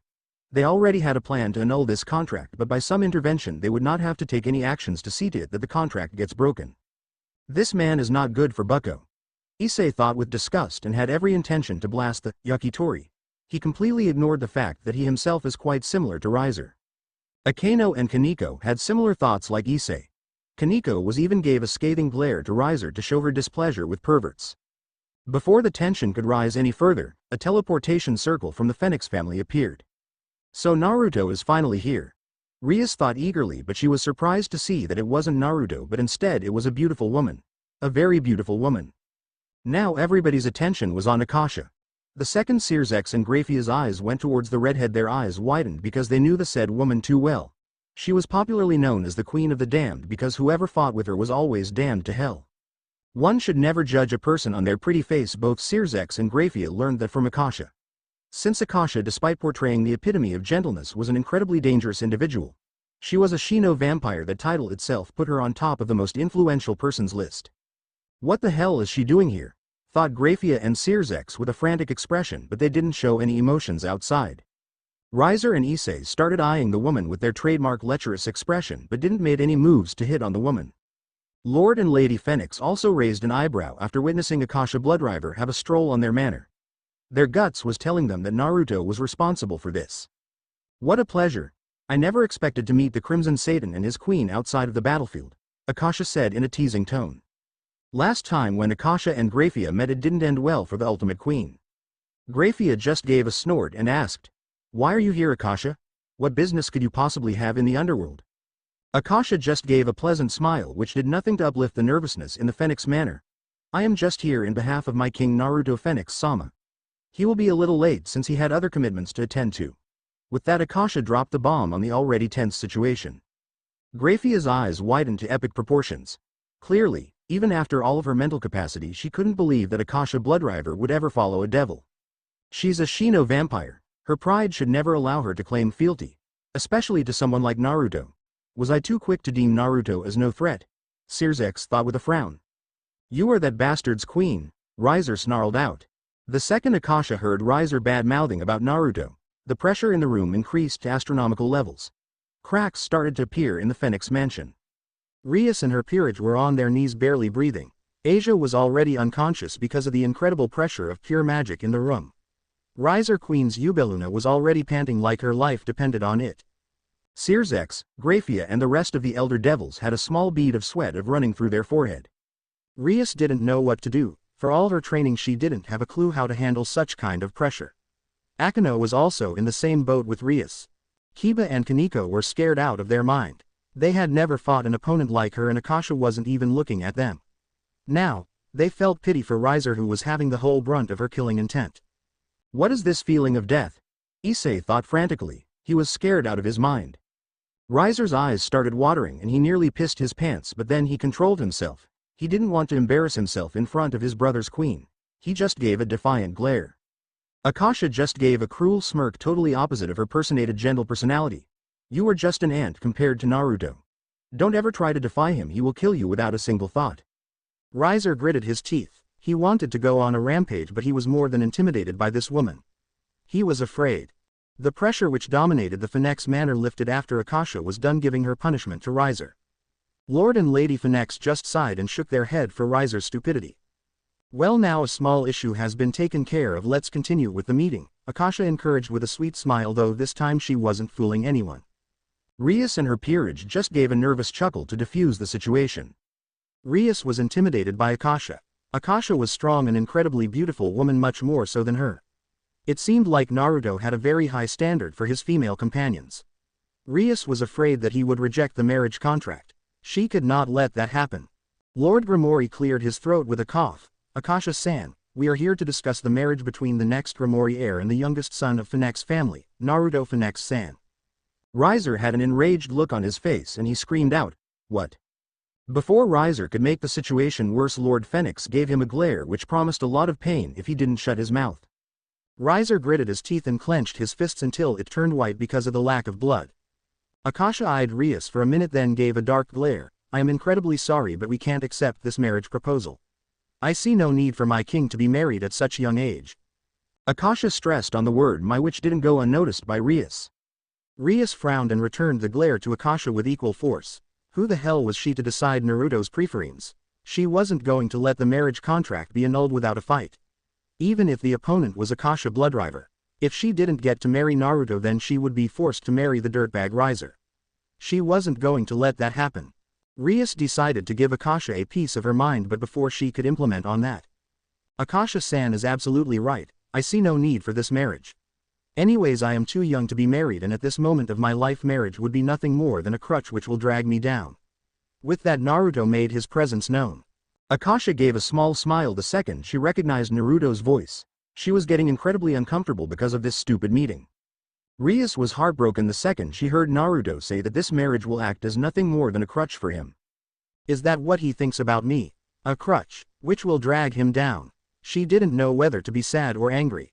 One thing was sure, she didn't felt good when Naruto didn't accept this marriage. She didn't know why, but something about Naruto attracted him a lot.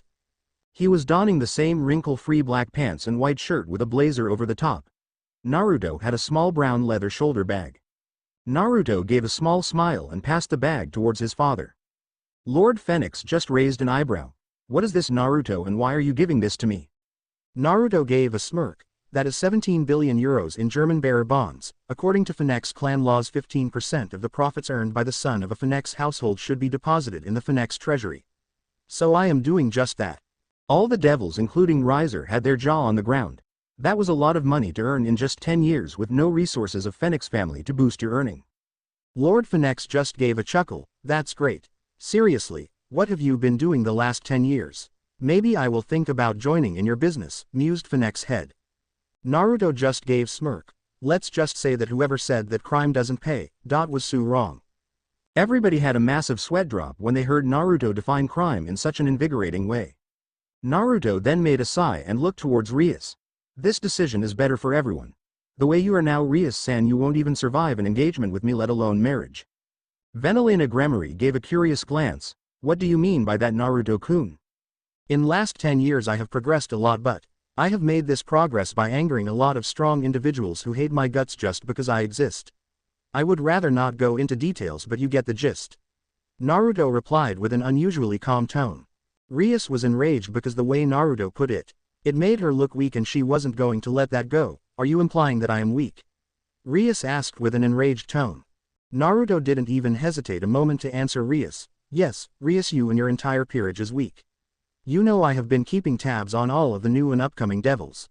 Rias, you have the most dysfunctional peerage I know of. Rias had some tears running down, but Naruto didn't stop. You have knight with mental problems, then you have queen who fights with only half the strength, and to top it off your rook is a nekosho who can't use senjutsu, and that vampire which you were not able to control. The list just goes on. Issei was pissed. He could handle anything, but watching Bucho cry like that, it made his blood boil. He couldn't take it anymore. Naruto, you bastard, how you dare make Bucho cry. With that, Issei activated his boosted gear. Naruto just spared a glance towards Issei and then sighed. And I totally forgot to mention the weakest security in the history of Underworld. To be frank with you, Rias, I hold more power in the tip of my finger than you and your entire peerage hold in your very body. Issei was going to attack Naruto with his very might, but Graphia stopped him with a glare, but that didn't stop him from shaking with anger. Rias now had free tears running down her cheek. Naruto finally noticed that and he felt guilty. He never wanted to make her cry. The problem here is not you, it's me. Even after all I achieved over the years, the only thing which I can give you is a horrible life filled with misery and regrets, where your life is in a constant danger. On my good conscience, I can't do that.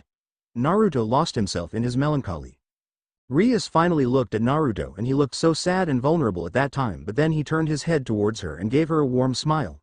The least I can do is see to it that you are free. That is why you will not be married to anyone in the Fenix household. I assure you that. You will have your freedom.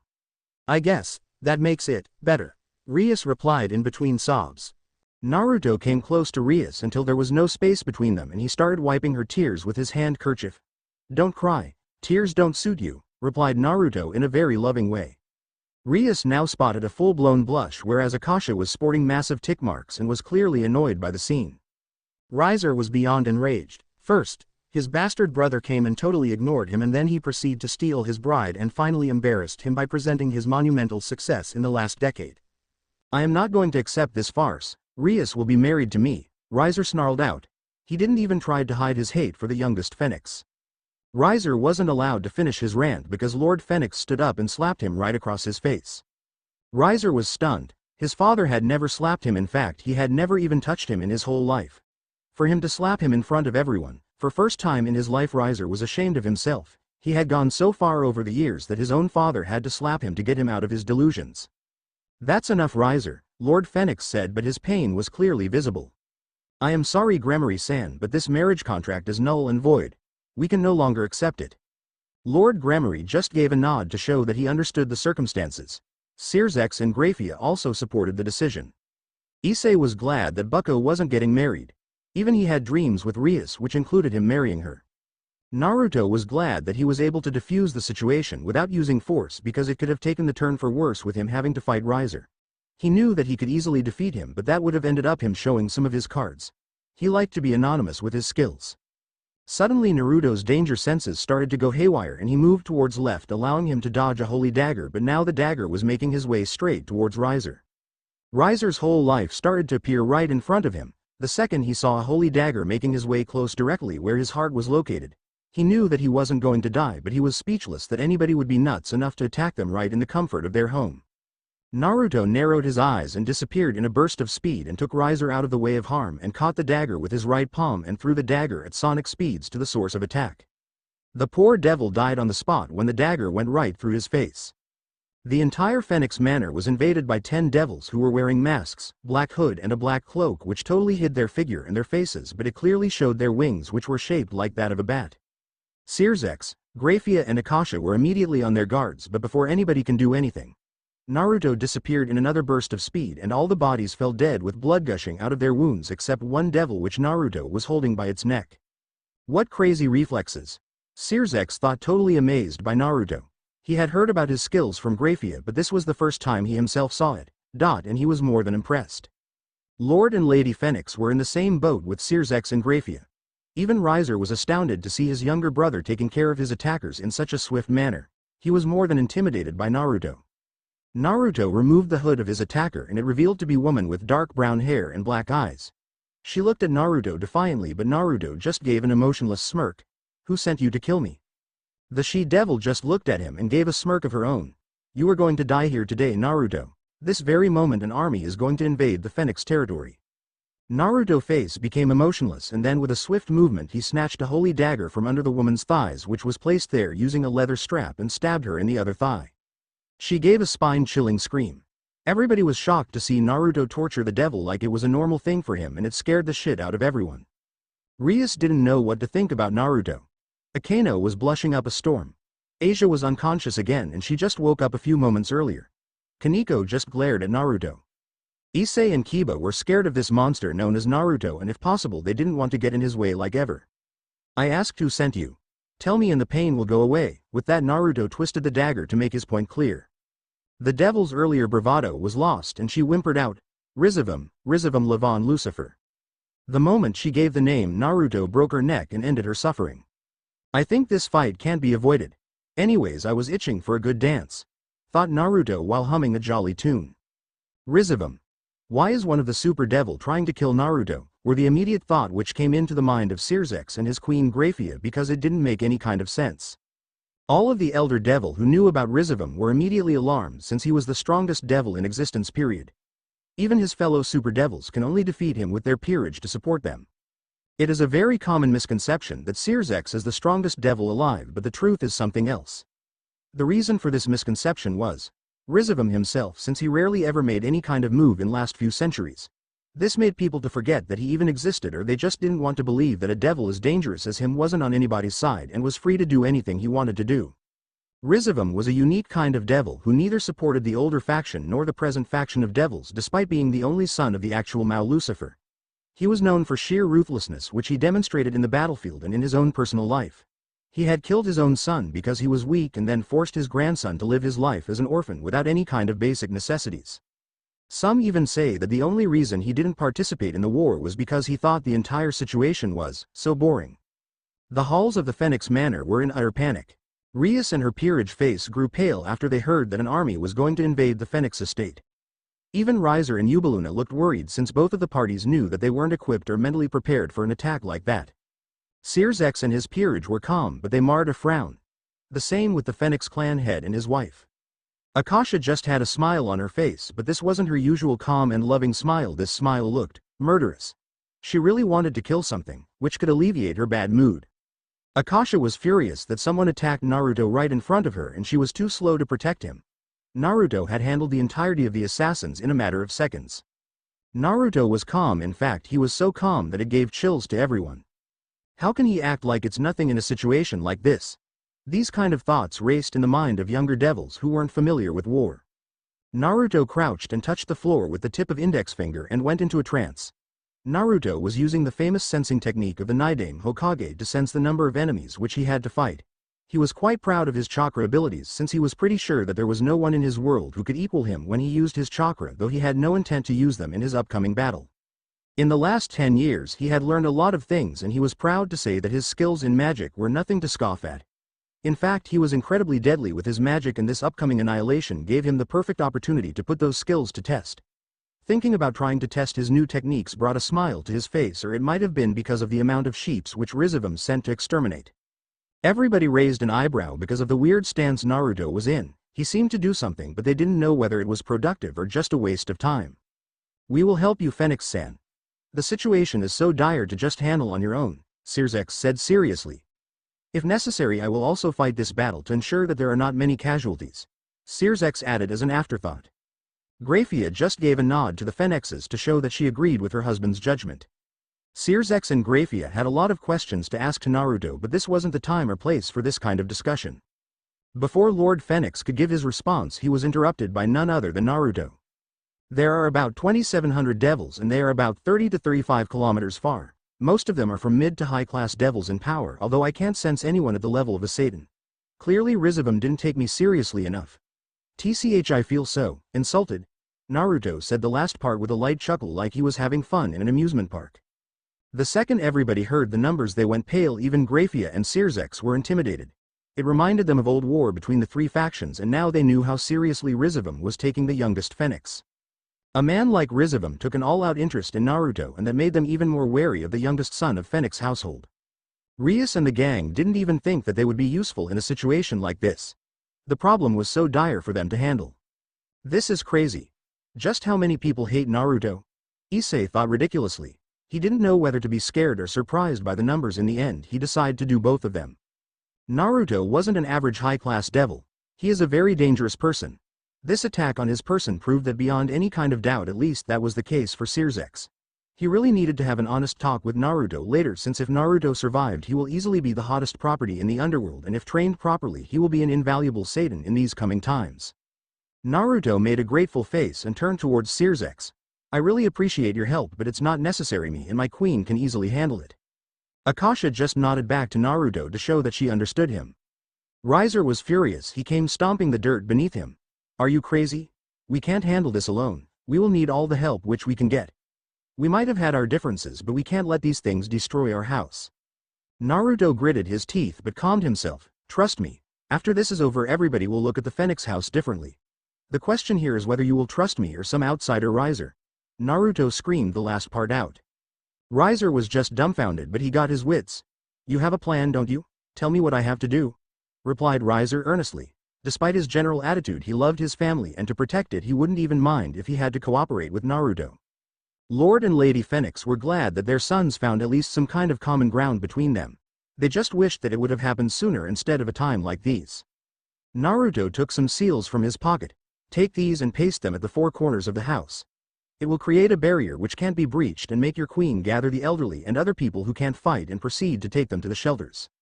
Riser gave a nod and disappeared with his queen. No matter what, I can't just leave you alone on my good conscience. I will be coming with you for this battle whether you need it or not. Sirzechs replied sternly. He wasn't going to budge on that. It was his responsibility to make sure that young devils didn't lose their lives pointlessly. Even Lord and Lady Gremory gave a curt nod to the Phoenix heads, which clearly said that they were going to help no matter what. Naruto just rubbed his temple to show his discomfort. Whatever, just don't slow me down, Lucifer-san. Sirzechs just gave a smile because he was glad that now Naruto wasn't going to reject the help. Naruto went towards Akasha and placed his hands on her right shoulder and disappeared in a flash of yellow like he wasn't even there to begin with. What the hell was that? Everybody thought simultaneously.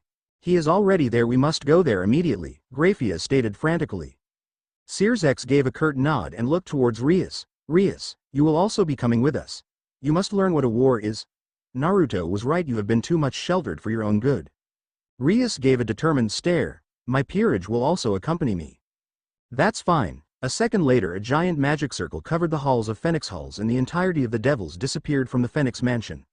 This team include war veterans like Crimson Satan and his peerage, the elders of respective clan, and the novice Gremory Rias and her peerage. Meanwhile, that is one big army of devils, Naruto, Akasha responded with her murderous smile. A big army of devils were only few miles away. The sight of this big an army would have been quite intimidating for even an experienced war veteran, but not for Naruto. For him it was nothing. He had seen so much in the past few years that even an army just gave him shot of excitement and thrill. There was just so many ways he could annihilate them. Oh, the possibilities. Suddenly Akasha's eyes narrowed. Naruto. They're here. The Lucifer's party is here to help us. The moment Akasha voiced their arrival, a light invaded Naruto's sights and Sirzechs and his group finally arrived to assist them. The moment Sirzechs and his group watched an army standing before them, well, let's just say they were shocked. Rias didn't even know what to do in a situation as dire as this. I will get killed, there is no way I can survive this, Issei thought frantically. The rest of the members were also going through the same line of thought. The elders among this group just braced themselves for an inevitable battle to death. I have already called the rest of my peerage to assist, but it's going to take some time. We will have to hold the fort until they arrive. Sirzechs stated with some worry. He was one of the strongest devils, but it had been ages since he fought like a battle like this. Naruto just shook his head. This battle will be over before they arrive, I will make sure of that. With that said, Naruto started releasing a massive amount of magic in the air. Hoyoku no Joman, the gate of Phoenix wings. A massive ring of fire made its appearance in the sky, and then giant pillars of light came out of this fire ring to form a barrier created from an obelisk and many planks combining to form a sort of lampshade, resembling folding wings and a crude bird's head, body. This barrier engulfed the entire army like a bunch of sheep who were waiting to be slaughtered. What an amazing large-scale barrier magic. If I am correct, the technique which he used right now was the Kido, demon arts. But how could he know that? I thought it was extinct. Sirzechs watched the barrier being totally amazed by the sheer scale of the magic. In the meantime, Captain, I can sense a large amount of magic being used. Right in front of us, a foot soldier said hastily with worry etched in his voice. Before the captain could reply or command anything, a giant phoenix-like transparent barrier engulfed the entirety of the army. The only thing which he could say was, "What the hell is this?" The army commander knew that he had to kill a boy named Naruto, but what he was never told was what the said boy was capable of. The only thing which his leader told him was that the target was a high priority and gave him an army so that he could succeed in this endeavor.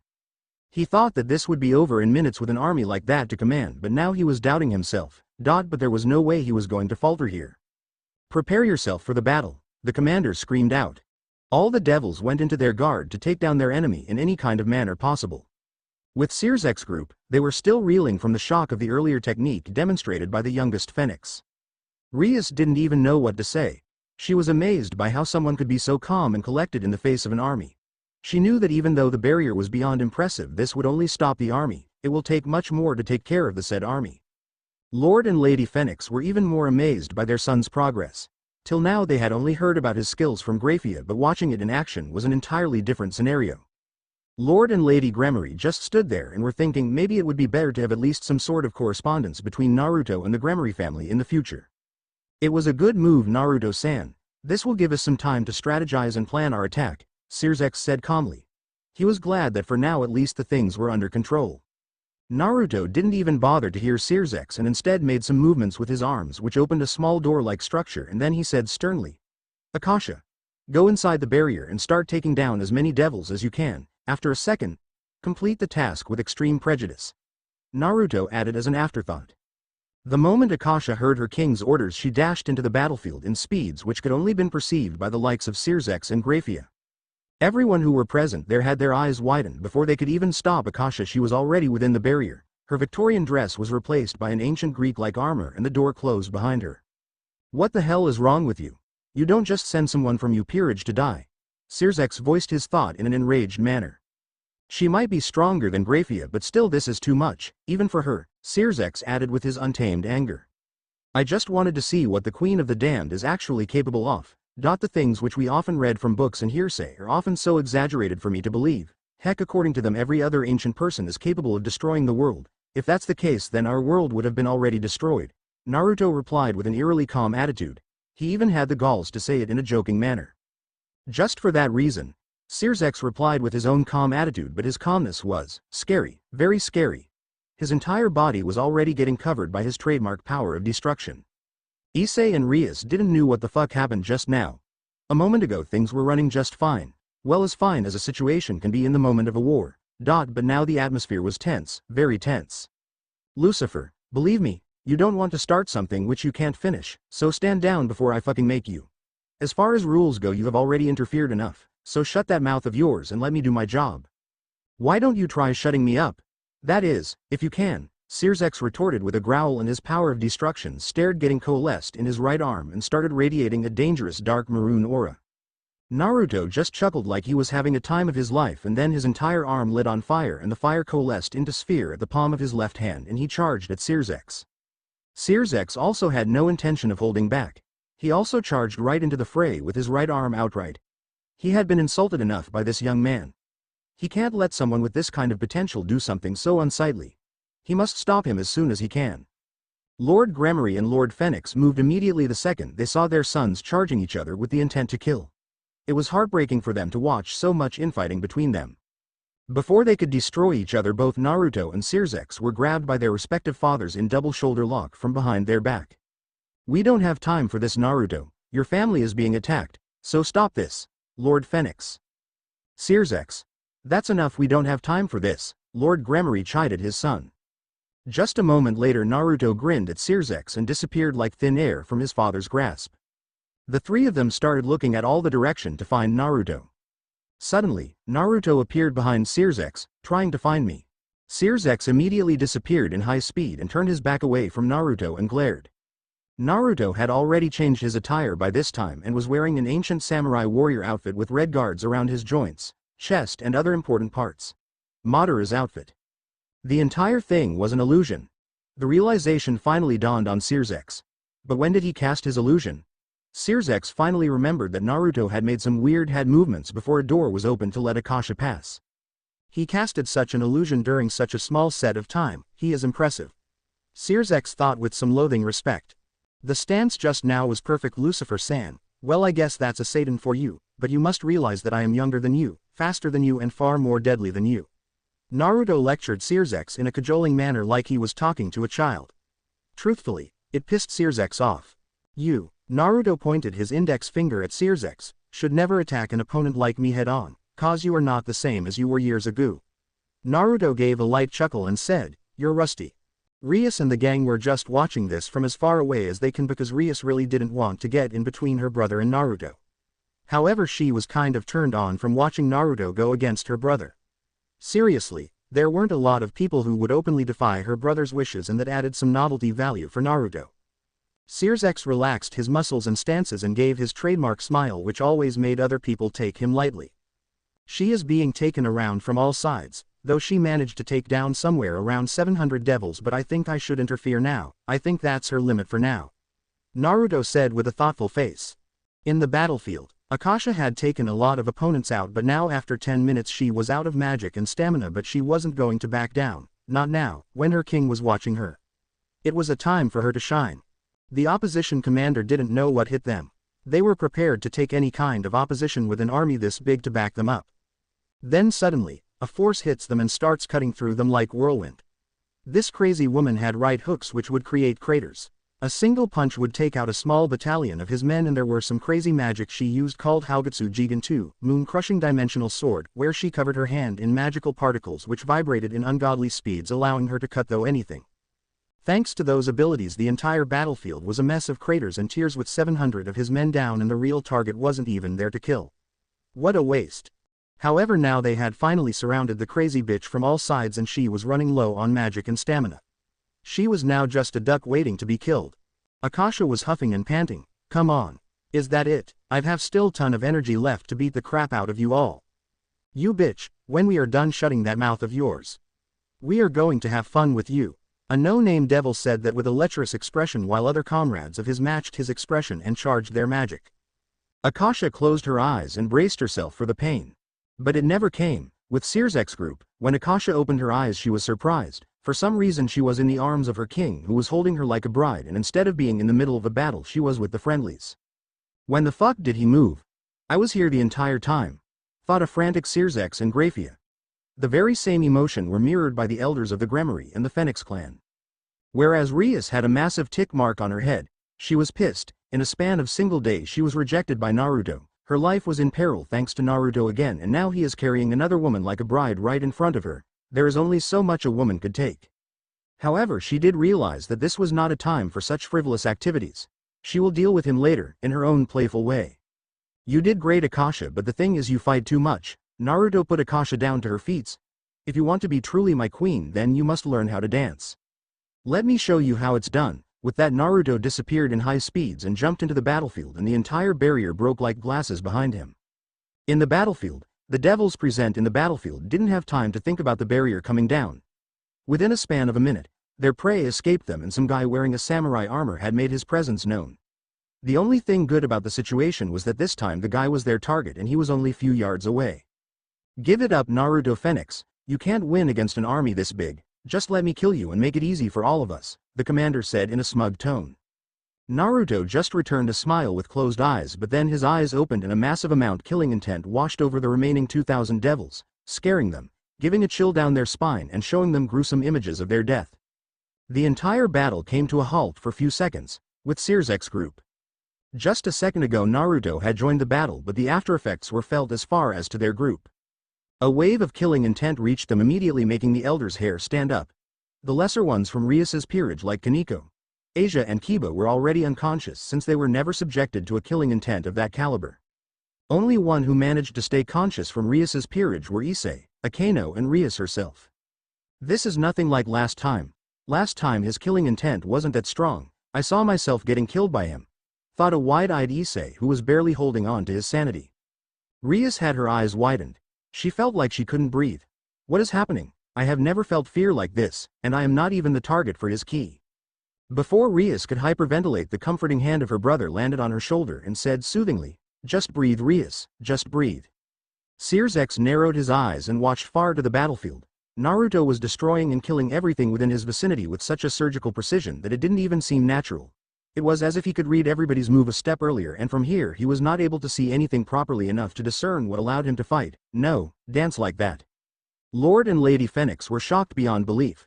They had never thought that the boy who they took as their son would become so powerful someday. They were so proud that they could not describe it in words, but at the same time they were worried that he would become corrupt due to his own power. Lord and Lady Gremory were just watching the entire thing with a gobsmacked expression. Rias and the conscious members of her peerage were in the same boat as her parents.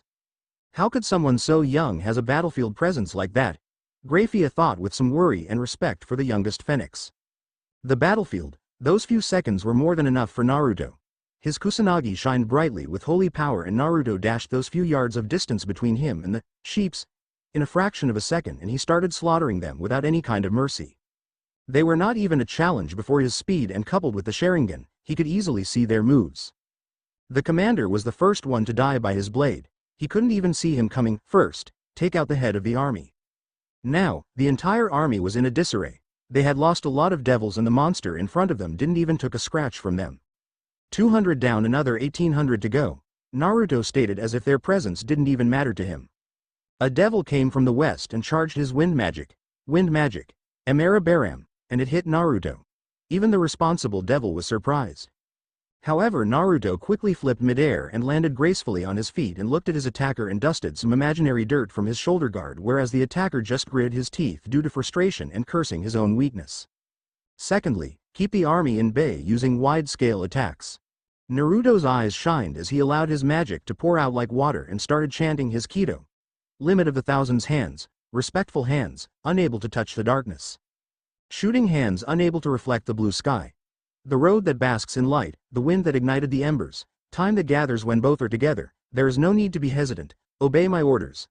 Light bullets, 8 bodies, 9 items, Book of Heaven, diseased treasure, great wheel, gray fortress tower. Aim far away, scatter brightly and cleanly when fired. Hado number 91. Senju Kodenteho, 1000-hand bright heaven culling seer. Hundreds of bright yellow energy points appeared behind Naruto, which were entirely made holy light. All the devils were scared shit after watching a devil create so many light spears. What is he? One fearful devil screamed out. He didn't want to die like this, getting pierced by holy light. To put some kind of protection against this kind of attack, a battalion of devils came forward and erected a barrier to put some kind of protection against it. However, the barrier didn't stand a chance. The energy points, spears, they tore through the barrier like paper, and all the energy spears converged to cause a massive blast that spread out miles. With Sirzechs' group, the second Naruto chanted his magic, Grafia rushed forward and erected a barrier to protect themselves from the afterlash of Naruto's magic. That was easily at the level of Seraph. How could any devil use the holy light to this level? Sirzechs and Lord Fenix thought simultaneously, one with suspicious, another with pride. Rias, Akano and Issei realized the true difference between them and Naruto for the first time. Can someone like me be as strong as him? Issei questioned himself. Back to battlefield, the explosion had caused a lot of dust to spread in the air, making it harder to see and guess the position of the opposition, but Naruto with his superior eyes had no such problem, and he had every intention to utilize this to the fullest. Naruto jumped into the smog and started attacking every devil in their vital points with surgical-like precision, Those who tried to retaliate fell like flies against Naruto's superior speed and style. Naruto laughed when certain devils tried to overpower him by using their respective martial art, but what they didn't realize was every martial art form in this world was made for self-defense, whereas his style of fighting was dedicated to achieve only one single purpose, that is total annihilation of the opponent. Killing you opponent as soon as you can, that was the purpose of a shinobi taijutsu kata. 800 down, another 1200 to go. Chuckled Naruto. They can't see my eyes from here, maybe I can use some of my chakra techniques, thought an ecstatic Naruto. Naruto's eyes glowed and they turned into the eternal Mangekyo Sharingan. Naruto's left eye pulsed and he whispered, Amaterasu, heavenly illumination. Jet black flames made their appearance on the battlefield. They started burning everything they came in contact with. Due to Naruto's superior chakra control, thanks to his yin-yang chakra, the amount of black flames were stupendous. The entire battlefield started screaming due to the pain and suffering caused by the flames of Amaterasu. A brave devil came out and screamed, Water magic users, take forward position.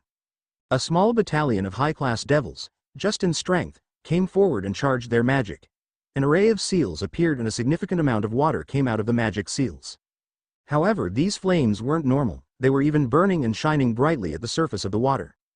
Naruto started to channel some chakra mixed with his magic to his limbs. He didn't want to arouse suspicion by using too much chakra. Enten. Kagetsuchi, Inferno style, flame control. The flames which were burning on top of the water started surrounding Naruto like a gentle breeze, but a second later Naruto started moving his hands gracefully in different directions and the flames of Amaterasu obeyed him like it was nothing more than a servant. If earlier the flames hadn't caused significant damage, then now they were causing a loss of life as if it was a natural disaster. 600 more to go, Naruto stated with a calmness which shouldn't be shown during such precarious situations. The chakra receded from Naruto's eyes and limbs, deactivating the fabled Sharingan.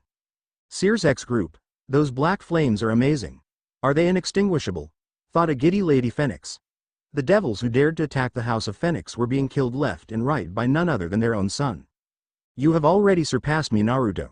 A proud Lord Fenix thought with pounding heart. There was nothing else he could say after watching those magnificent black flames. Akasha just didn't know what to think. She knew Naruto was powerful, but this was beyond amazing. You are something else, Naruto-kun. We must go forward and watch things more closely. It's safe now, most of them are dead anyway, and stay clear of those flames. Sirzechs said sternly.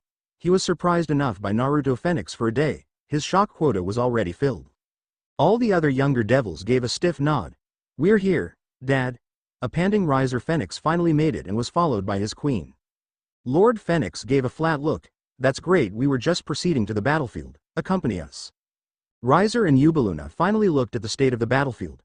It was scattered by corpses, some of them were even burning by strange black fire. Did brother caused all this? Thought a dumbfounded Riser Fenix. In the battlefield, please have mercy. We surrender. The remnant devils cried out. Despite still having a force of around 600 devils, they knew they weren't going to take down this monster of a devil, and to make their spirit crumble even further they saw the Crimson Satan and his queen approach them with the vampire and a bunch of other devils. Some of them even started crying tears of blood. Some of them lost a friend, some a brother, sister, some a father. They just wanted this nightmare to end. Finally, crush any kind of hope they have. Naruto brought his right hand forward and started to chant his final magic. Seeping crest of turbidity. Arrogant vessel of lunacy. Boil forth and deny. Grow numb and flicker. Disrupt sleep. Crawling queen of iron. Eternally self-destructing doll of mud. Unite. Repulse. Fill with soil and know your own powerlessness. Hado number 90. Kurohitsugi, black coffin. The entire sky turned black. The devils who still had some fighting spirit looked upward and their feet came crushing downwards. It might have been due to heavy gravitational pressure, or it might have been the feeling hopelessness which washed over them. Many of them started laughing due to madness. We are all dead. Is this the power of a phoenix? Were the last words of a devil before a large black coffin engulfed the remaining army. Before Naruto could close his fist and end the life of the sheeps, the hand of Sirzechs prevented him from doing so. That's enough, Naruto-san, there has been enough death already. I see no reason to not proceed with my course of action. They attacked my family, endangering everything I love. My parents, brother, the people who gave a no-name devil like me home. Don't stop me when you would have done the same thing, Sirzechs. Naruto replied and looked into Sirzechs' eyes. When Sirzechs saw Naruto's eyes, he was stunned. For the first time he saw someone with so much sadness and pain in them. He was so stunned that he automatically left Naruto's arm. Why someone like you have such eyes? Eyes which have gone through war, eyes which lost everything precious to him, why? A mournful Sirzechs thought. For him it was heartbreaking. After becoming Satan he had done everything possible so that the younger generation would never feel something like that. Today for the first time he felt like a failure. Lord Fenix heard everything from afar and just closed his eyes and said mournfully, "End it, Naruto-kun." That's all the motivation Naruto needed. With that he finally closed his fists. The said black coffin protruded hundreds of spear-like structure and made a bomb-like sound, finally ending the life of the remaining army. Finally, when the block coffin disappeared into small particles, not even the corpses were left. Finally it's over, Lord and Lady Gremory said simultaneously with a sad sigh. No, it hasn't. I still need to make a statement that aggression against our family will not be tolerated and will be met with dire consequences, claimed Naruto with a dark aura. His entire body was covered in fire. The fire started coalescing around his arm and finally he sent a beam towards sky. The beam started circling around and started to take the shape of a phoenix, and after few seconds it finally morphed into the crest of the House of Fenix. But the light show wasn't done. The fire from the tail took the shape of a whirlpool which engulfed the entire body of Phoenix. The head of the phoenix gave a massive screech which was heard miles away in the underworld. Beelzebub Castle. Ouka Beelzebub had been working on one of his invention just few moments ago, but then he felt massive amount of magic being used. The amount of magic was so large that there was no way that he could ignore it, so he went out to check the matter out. He was worried. The magic which he felt wasn't from any of the Satan, and not just anybody could release that amount of powerful and condensed magic. Only he and his fellow Satan Sirzechs could release that amount of magic into the air. He was moving towards the source of magic as soon as he can. Suddenly a bright light invaded his eyes. He saw a beam of fire moving towards the sky and morphing into a symbol. Naruto was just looking up into the sky, admiring his handiwork with melancholy, and remembering his past deeds which he wanted to forget and bury deep down, but he knew such a thing was just not possible. These experiences had changed him from a child with unachievable ideals into a man who was capable of harsh decisions which might seem cruel even to a war veteran. Nevertheless, they were necessary. The training which he endured from his teachers taught him that. They were the one who helped him to reach his true potential and to turn him into someone who actually analyzed his opponents and took educated decisions instead of just steamrolling everything, and they were also the one who taught him to not rely too much on his luck. Since she was a fickle mistress who always betrayed him when he needed her the most. While Naruto was still pondering about the experiences which he had in last few years, a single drop of water hit him right in his forehead and trailed down to his eyes like a tear, waking him up from his thoughts abruptly. A few seconds later it started to rain heavily, cleansing the blood-ridden soil, if it could be cleansed ever in this lifetime. Everyone was shocked and amazed by the fire spectacle which Naruto demonstrated a few minutes ago. The elders, Sirzechs, Grafia, Rias, and Naruto's own queen were staring at the symbol. However, for Akasha this was the second time when she had the pleasure to watch that symbol. Their amazement was interrupted by a clapping noise. Everyone had their eyes widened. Sirzechs and Naruto turned immediately to watch the intruder. Before them was a man, devil in his 30s. He had long silver hair with two bangs extending to his shoulder. He also had a little facial hair. He wore the same armor which Sirzechs wears to show his status as a Satan. Overall he was someone who would be considered as devilishly handsome by the female population. Bravo, Naruto Phenex. Bravo, what a magnificent display of power. I am truly impressed. Naruto's eyes widened at first, but then he gave a smirk. He never expected him to make an appearance, he was so glad. Nobody dared to make a move. Sirzechs just narrowed his eyes and gave a side glare to Rizom Lucifer, Naruto mentioned in a sing-song manner. All this just because I banged your wife, seriously, get over it. Naruto chided Rizom in a mocking manner. The Gremories and Fenixes were still reeling from the shock of seeing Rizom again, but then Naruto made his statement. They fell flat on their faces. Rias and her entire peerage was gaping, they just didn't know how crazy this day was going to get. Akasha had a very dark expression right now. If looks could kill, then Naruto and Rizom, both of them would have been toast. The Gremories and the Fenixes moved a safe distance away from the murderous Akasha. They desperately wanted to live, thank you. Rizom just gave a light chuckle. You have a great sense of humor, Naruto-kun, but fortunately I don't have a wife, he added as an afterthought. Akasha finally got herself under control after realizing that Naruto was just bullshitting. She always wondered just how his personality often would make a total 180 from serious to cynical humor. Rizom then turned over to Grafia and Sirzechs and gave a predatory grin, showing some of his pearl-white teeth. Sirzechs. Grafia, you don't have to hold your guard. This is just a thought projection. Anyways, I am only here to talk with Naruto. Rizom advised them as if they have been friends longer than he could imagine. In return, Sirzechs just gave a smile, whereas Grafia was the definition of emotionless. She didn't want to give the son of a bitch any kind of reaction that would be totally unbecoming of her. Lord and Lady Fenix just gave a slight glare to Rizom, hoping that he would just disappear from here. This day was already something which they were not going to forget for ages. Their son had demonstrated a Satan-level power, with that they had already enough troubles to deal with. They didn't want a rogue Satan-level devil added to that. It's pleasant to see you again, Rizom. I never thought you would get out of your cave. Sirzechs replied with a small gentle smile. Rizom didn't even bother to give Sirzechs a response. Instead, he kept on staring Naruto as if he had waited ages to see him. I have been giving you so many clues, but you never contacted me. You break my heart, Naruto-kun. After the stimulating battle which we had last time, Rizom said with an annoying smirk. Naruto's eyes narrowed and he asked in a high baritone, "What is the meaning of this? Did I interfere with one of your plans, Rizom?" Naruto said the last part with a grin and made it almost look like a taunt. Ooh, try several, but that's not the point here. Rizom waved his hand as if it didn't even matter in big schemes. The point is, in recent years I had no one who could stop me. Even my fellow Satans were simply so boring. I had no distractions whatsoever, but Naruto-kun, you are a very good distraction, a distraction worth losing 3,000 of my men. Rizom had already closed the distance between Naruto and him. Sirzechs and Grafia were listening to the conversation closely and were analyzing it in lightning speed. They knew that Rizom knew something about Naruto which they didn't. It was very essential for them to get hold on that data. However, now the foreplay is over. If you pry any more in my plans, Rizom left the thread hanging. You will do what? Kill me? Naruto asked with a chuckle. Kill you? I was going to do that anyways, eventually, Rizom said in a surprised tone as if he was deeply insulted. Though I don't want to rush it. If you don't stop prying, I will burn you. I will burn the heart out of you. Rizom screamed out. Rias almost shrieked and Issei was no different. He was terrified. Both of them thought the same thing. This devil is insane. Kiba, Akano and the rest of the peerage tried their best to cover their growing fear. However, Asia was failing that spectacularly. Rias always prided herself to handle tough situations with relative ease, but recent events demonstrated her that just how outclassed was she when compared to Naruto and her brother. Despite being in the same age group, she was more than convinced that no one except the Satans could hold a candle to Naruto. She desired that kind of power. In the underworld, power was respected the most, and she wanted power to protect her and her peerage because a storm was coming, and she knew that the Fenixes and the Gremory family were smack in the middle of it.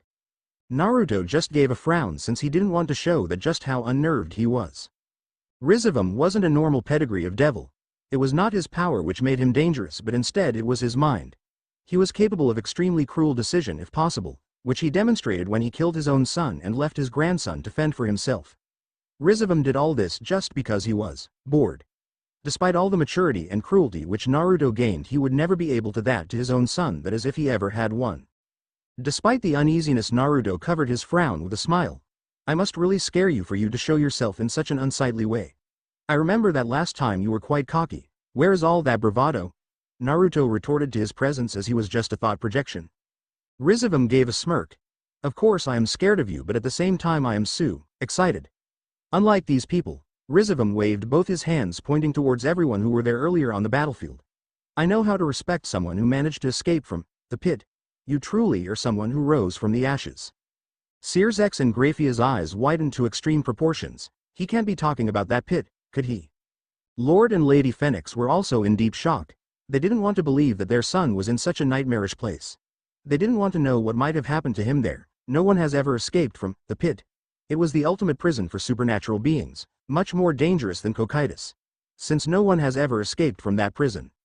Naruto's and Sirzechs' eyes narrowed because they felt someone's presence.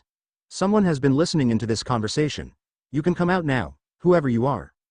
Everyone turned around to where Naruto and Sirzechs faced. They were waiting eagerly to let the intruder show his face. A few seconds later, Ajuka made his presence known. As soon as everybody saw Ajuka, their battle stances relaxed. Naruto just had an emotionless expression, whereas Sirzechs gave his first genuine smile of the day. Rizom just grinned. Long time no see, Ajuka-chan. Ajuka just sparred a glance towards Rizom and then gave his entirety of the attention to Naruto Fenix. He had been listening on the conversation for quite some time now, and oh boy. This was a power talk.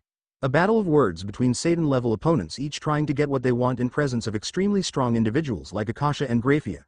Truly, he didn't want to be a part of this, but for the survival of Underworld it was necessary that they knew about Naruto, because he knew this man was going to have a large amount of influence in the future of Underworld. So, you are the one who escaped from the pit? I could have never imagined that it was someone so young, Ajuka said in a calm voice. You mind telling me how you managed that? Ajuka added as if he was asking for a request, but everybody there knew that it was more of a demand. Issei was getting extremely confused. He didn't have a clue of what was going on.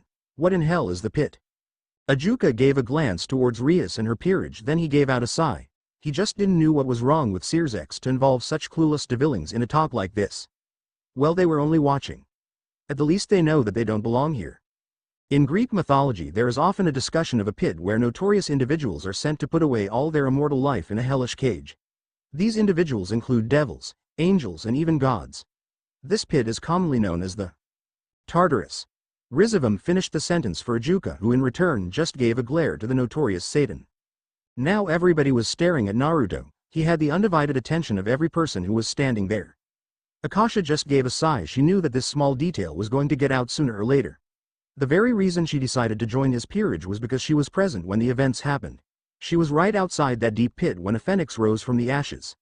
At that very moment she knew that this man was going to do something great and she wanted to be a part of that.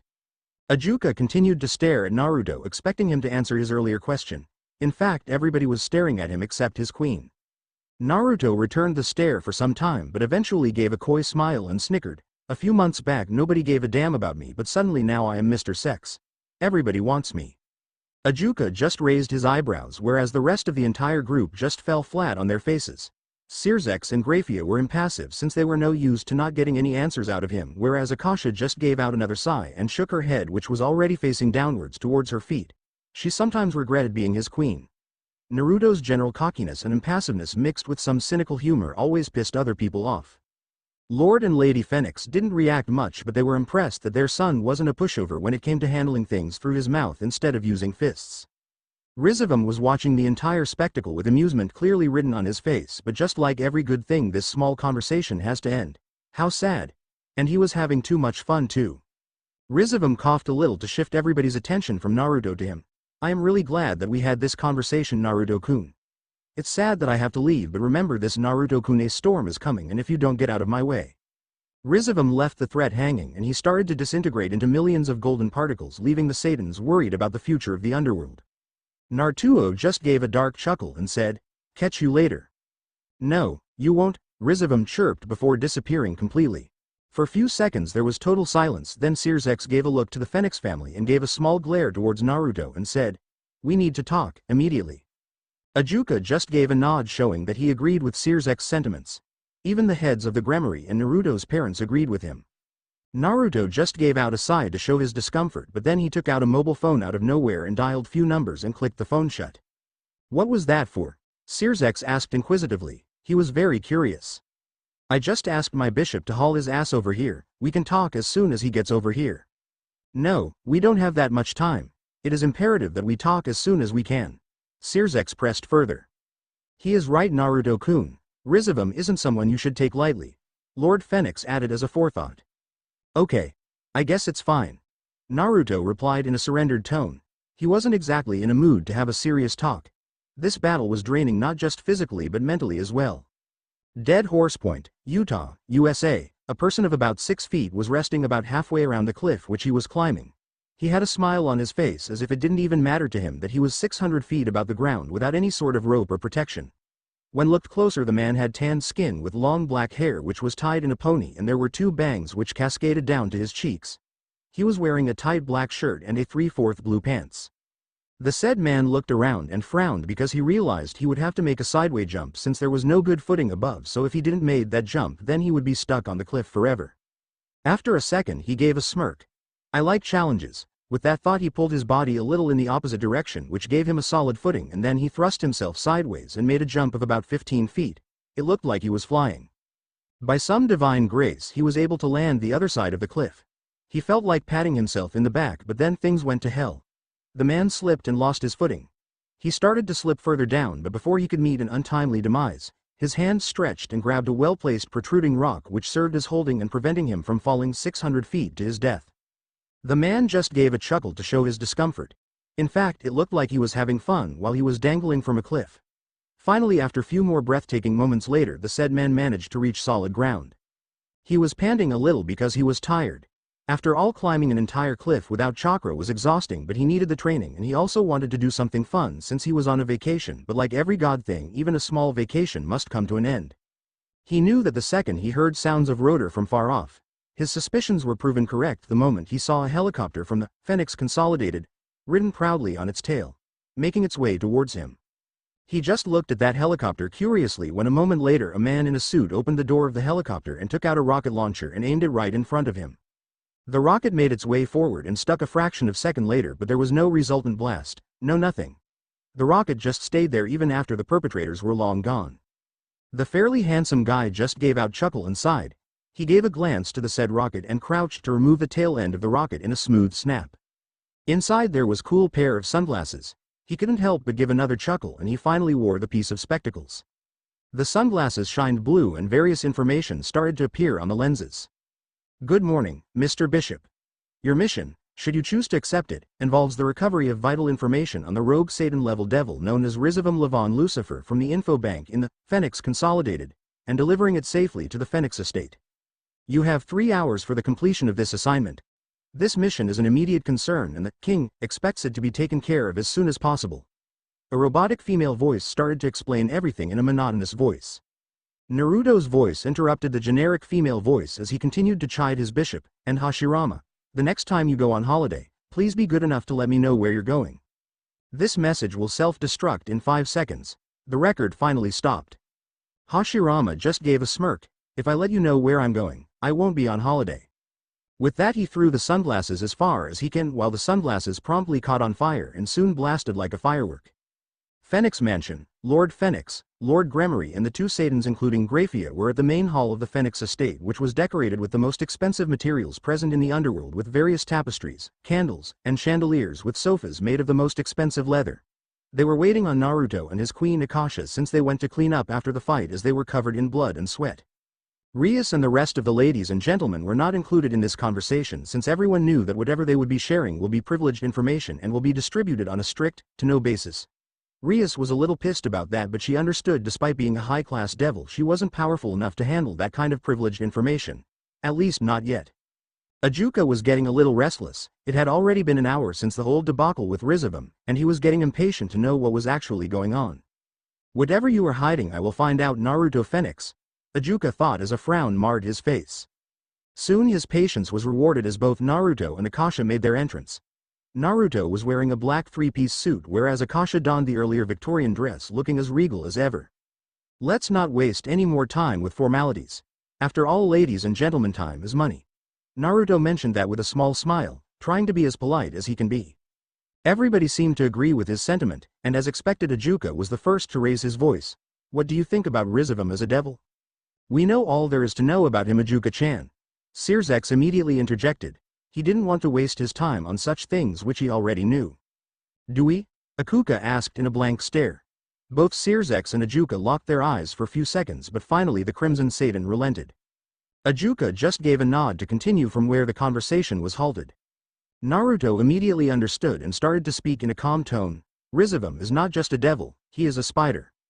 He sits motionless, but that web has 1,000 radiations, and he knows well every quiver of each of them. He does little himself.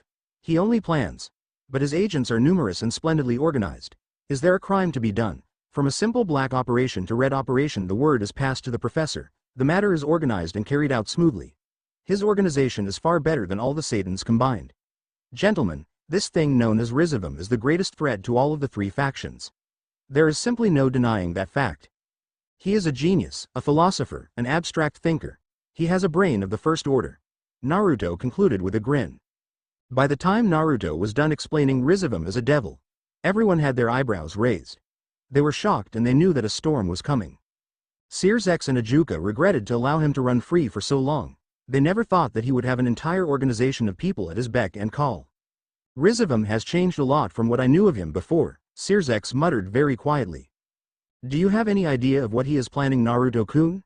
This time it was Naruto's own father. For him this was an eye-opener. He always believed that after what his family suffered through the previous war, he thought that this would be the end, but now it seemed that another war was right around the corner.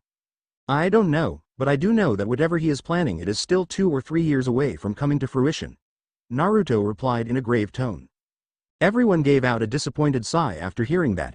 If they didn't know what Rizom was planning, then there was no way that they would be able to stop him from bringing his plans to fruition. You have met him before, haven't you? In person? Sirzechs asked in an inquisitive tone. Naruto gritted his teeth at that memory but soon managed to control his emotions, but this slip wasn't missed by any of the occupants. Yes, I have. I was only 10-year-old back then when I met that monster of a devil. We only danced for only 15 minutes, but I knew we had something special. Can you tell us what happened? Tell me how that encounter went. Sirzechs pressed further. I can do better, I will show you how it went. Naruto closed his eyes. Everybody was staring at him, then suddenly everybody's unconscious was dragged to a space where everything was colored white. This is his mindscape. Lord Gremory mused. He was impressed not every devil could project his mindscape like that. Heck, only few ever managed to access their mind. This is really impressive. I never thought that someone's mindscape could be projected like this. Lord Gremory couldn't help but compliment him. This boy no man was clearly ages ahead of his peers, not just in skill but also mentally as well as spiritually. Naruto just smiled at Lord Gremory's compliment.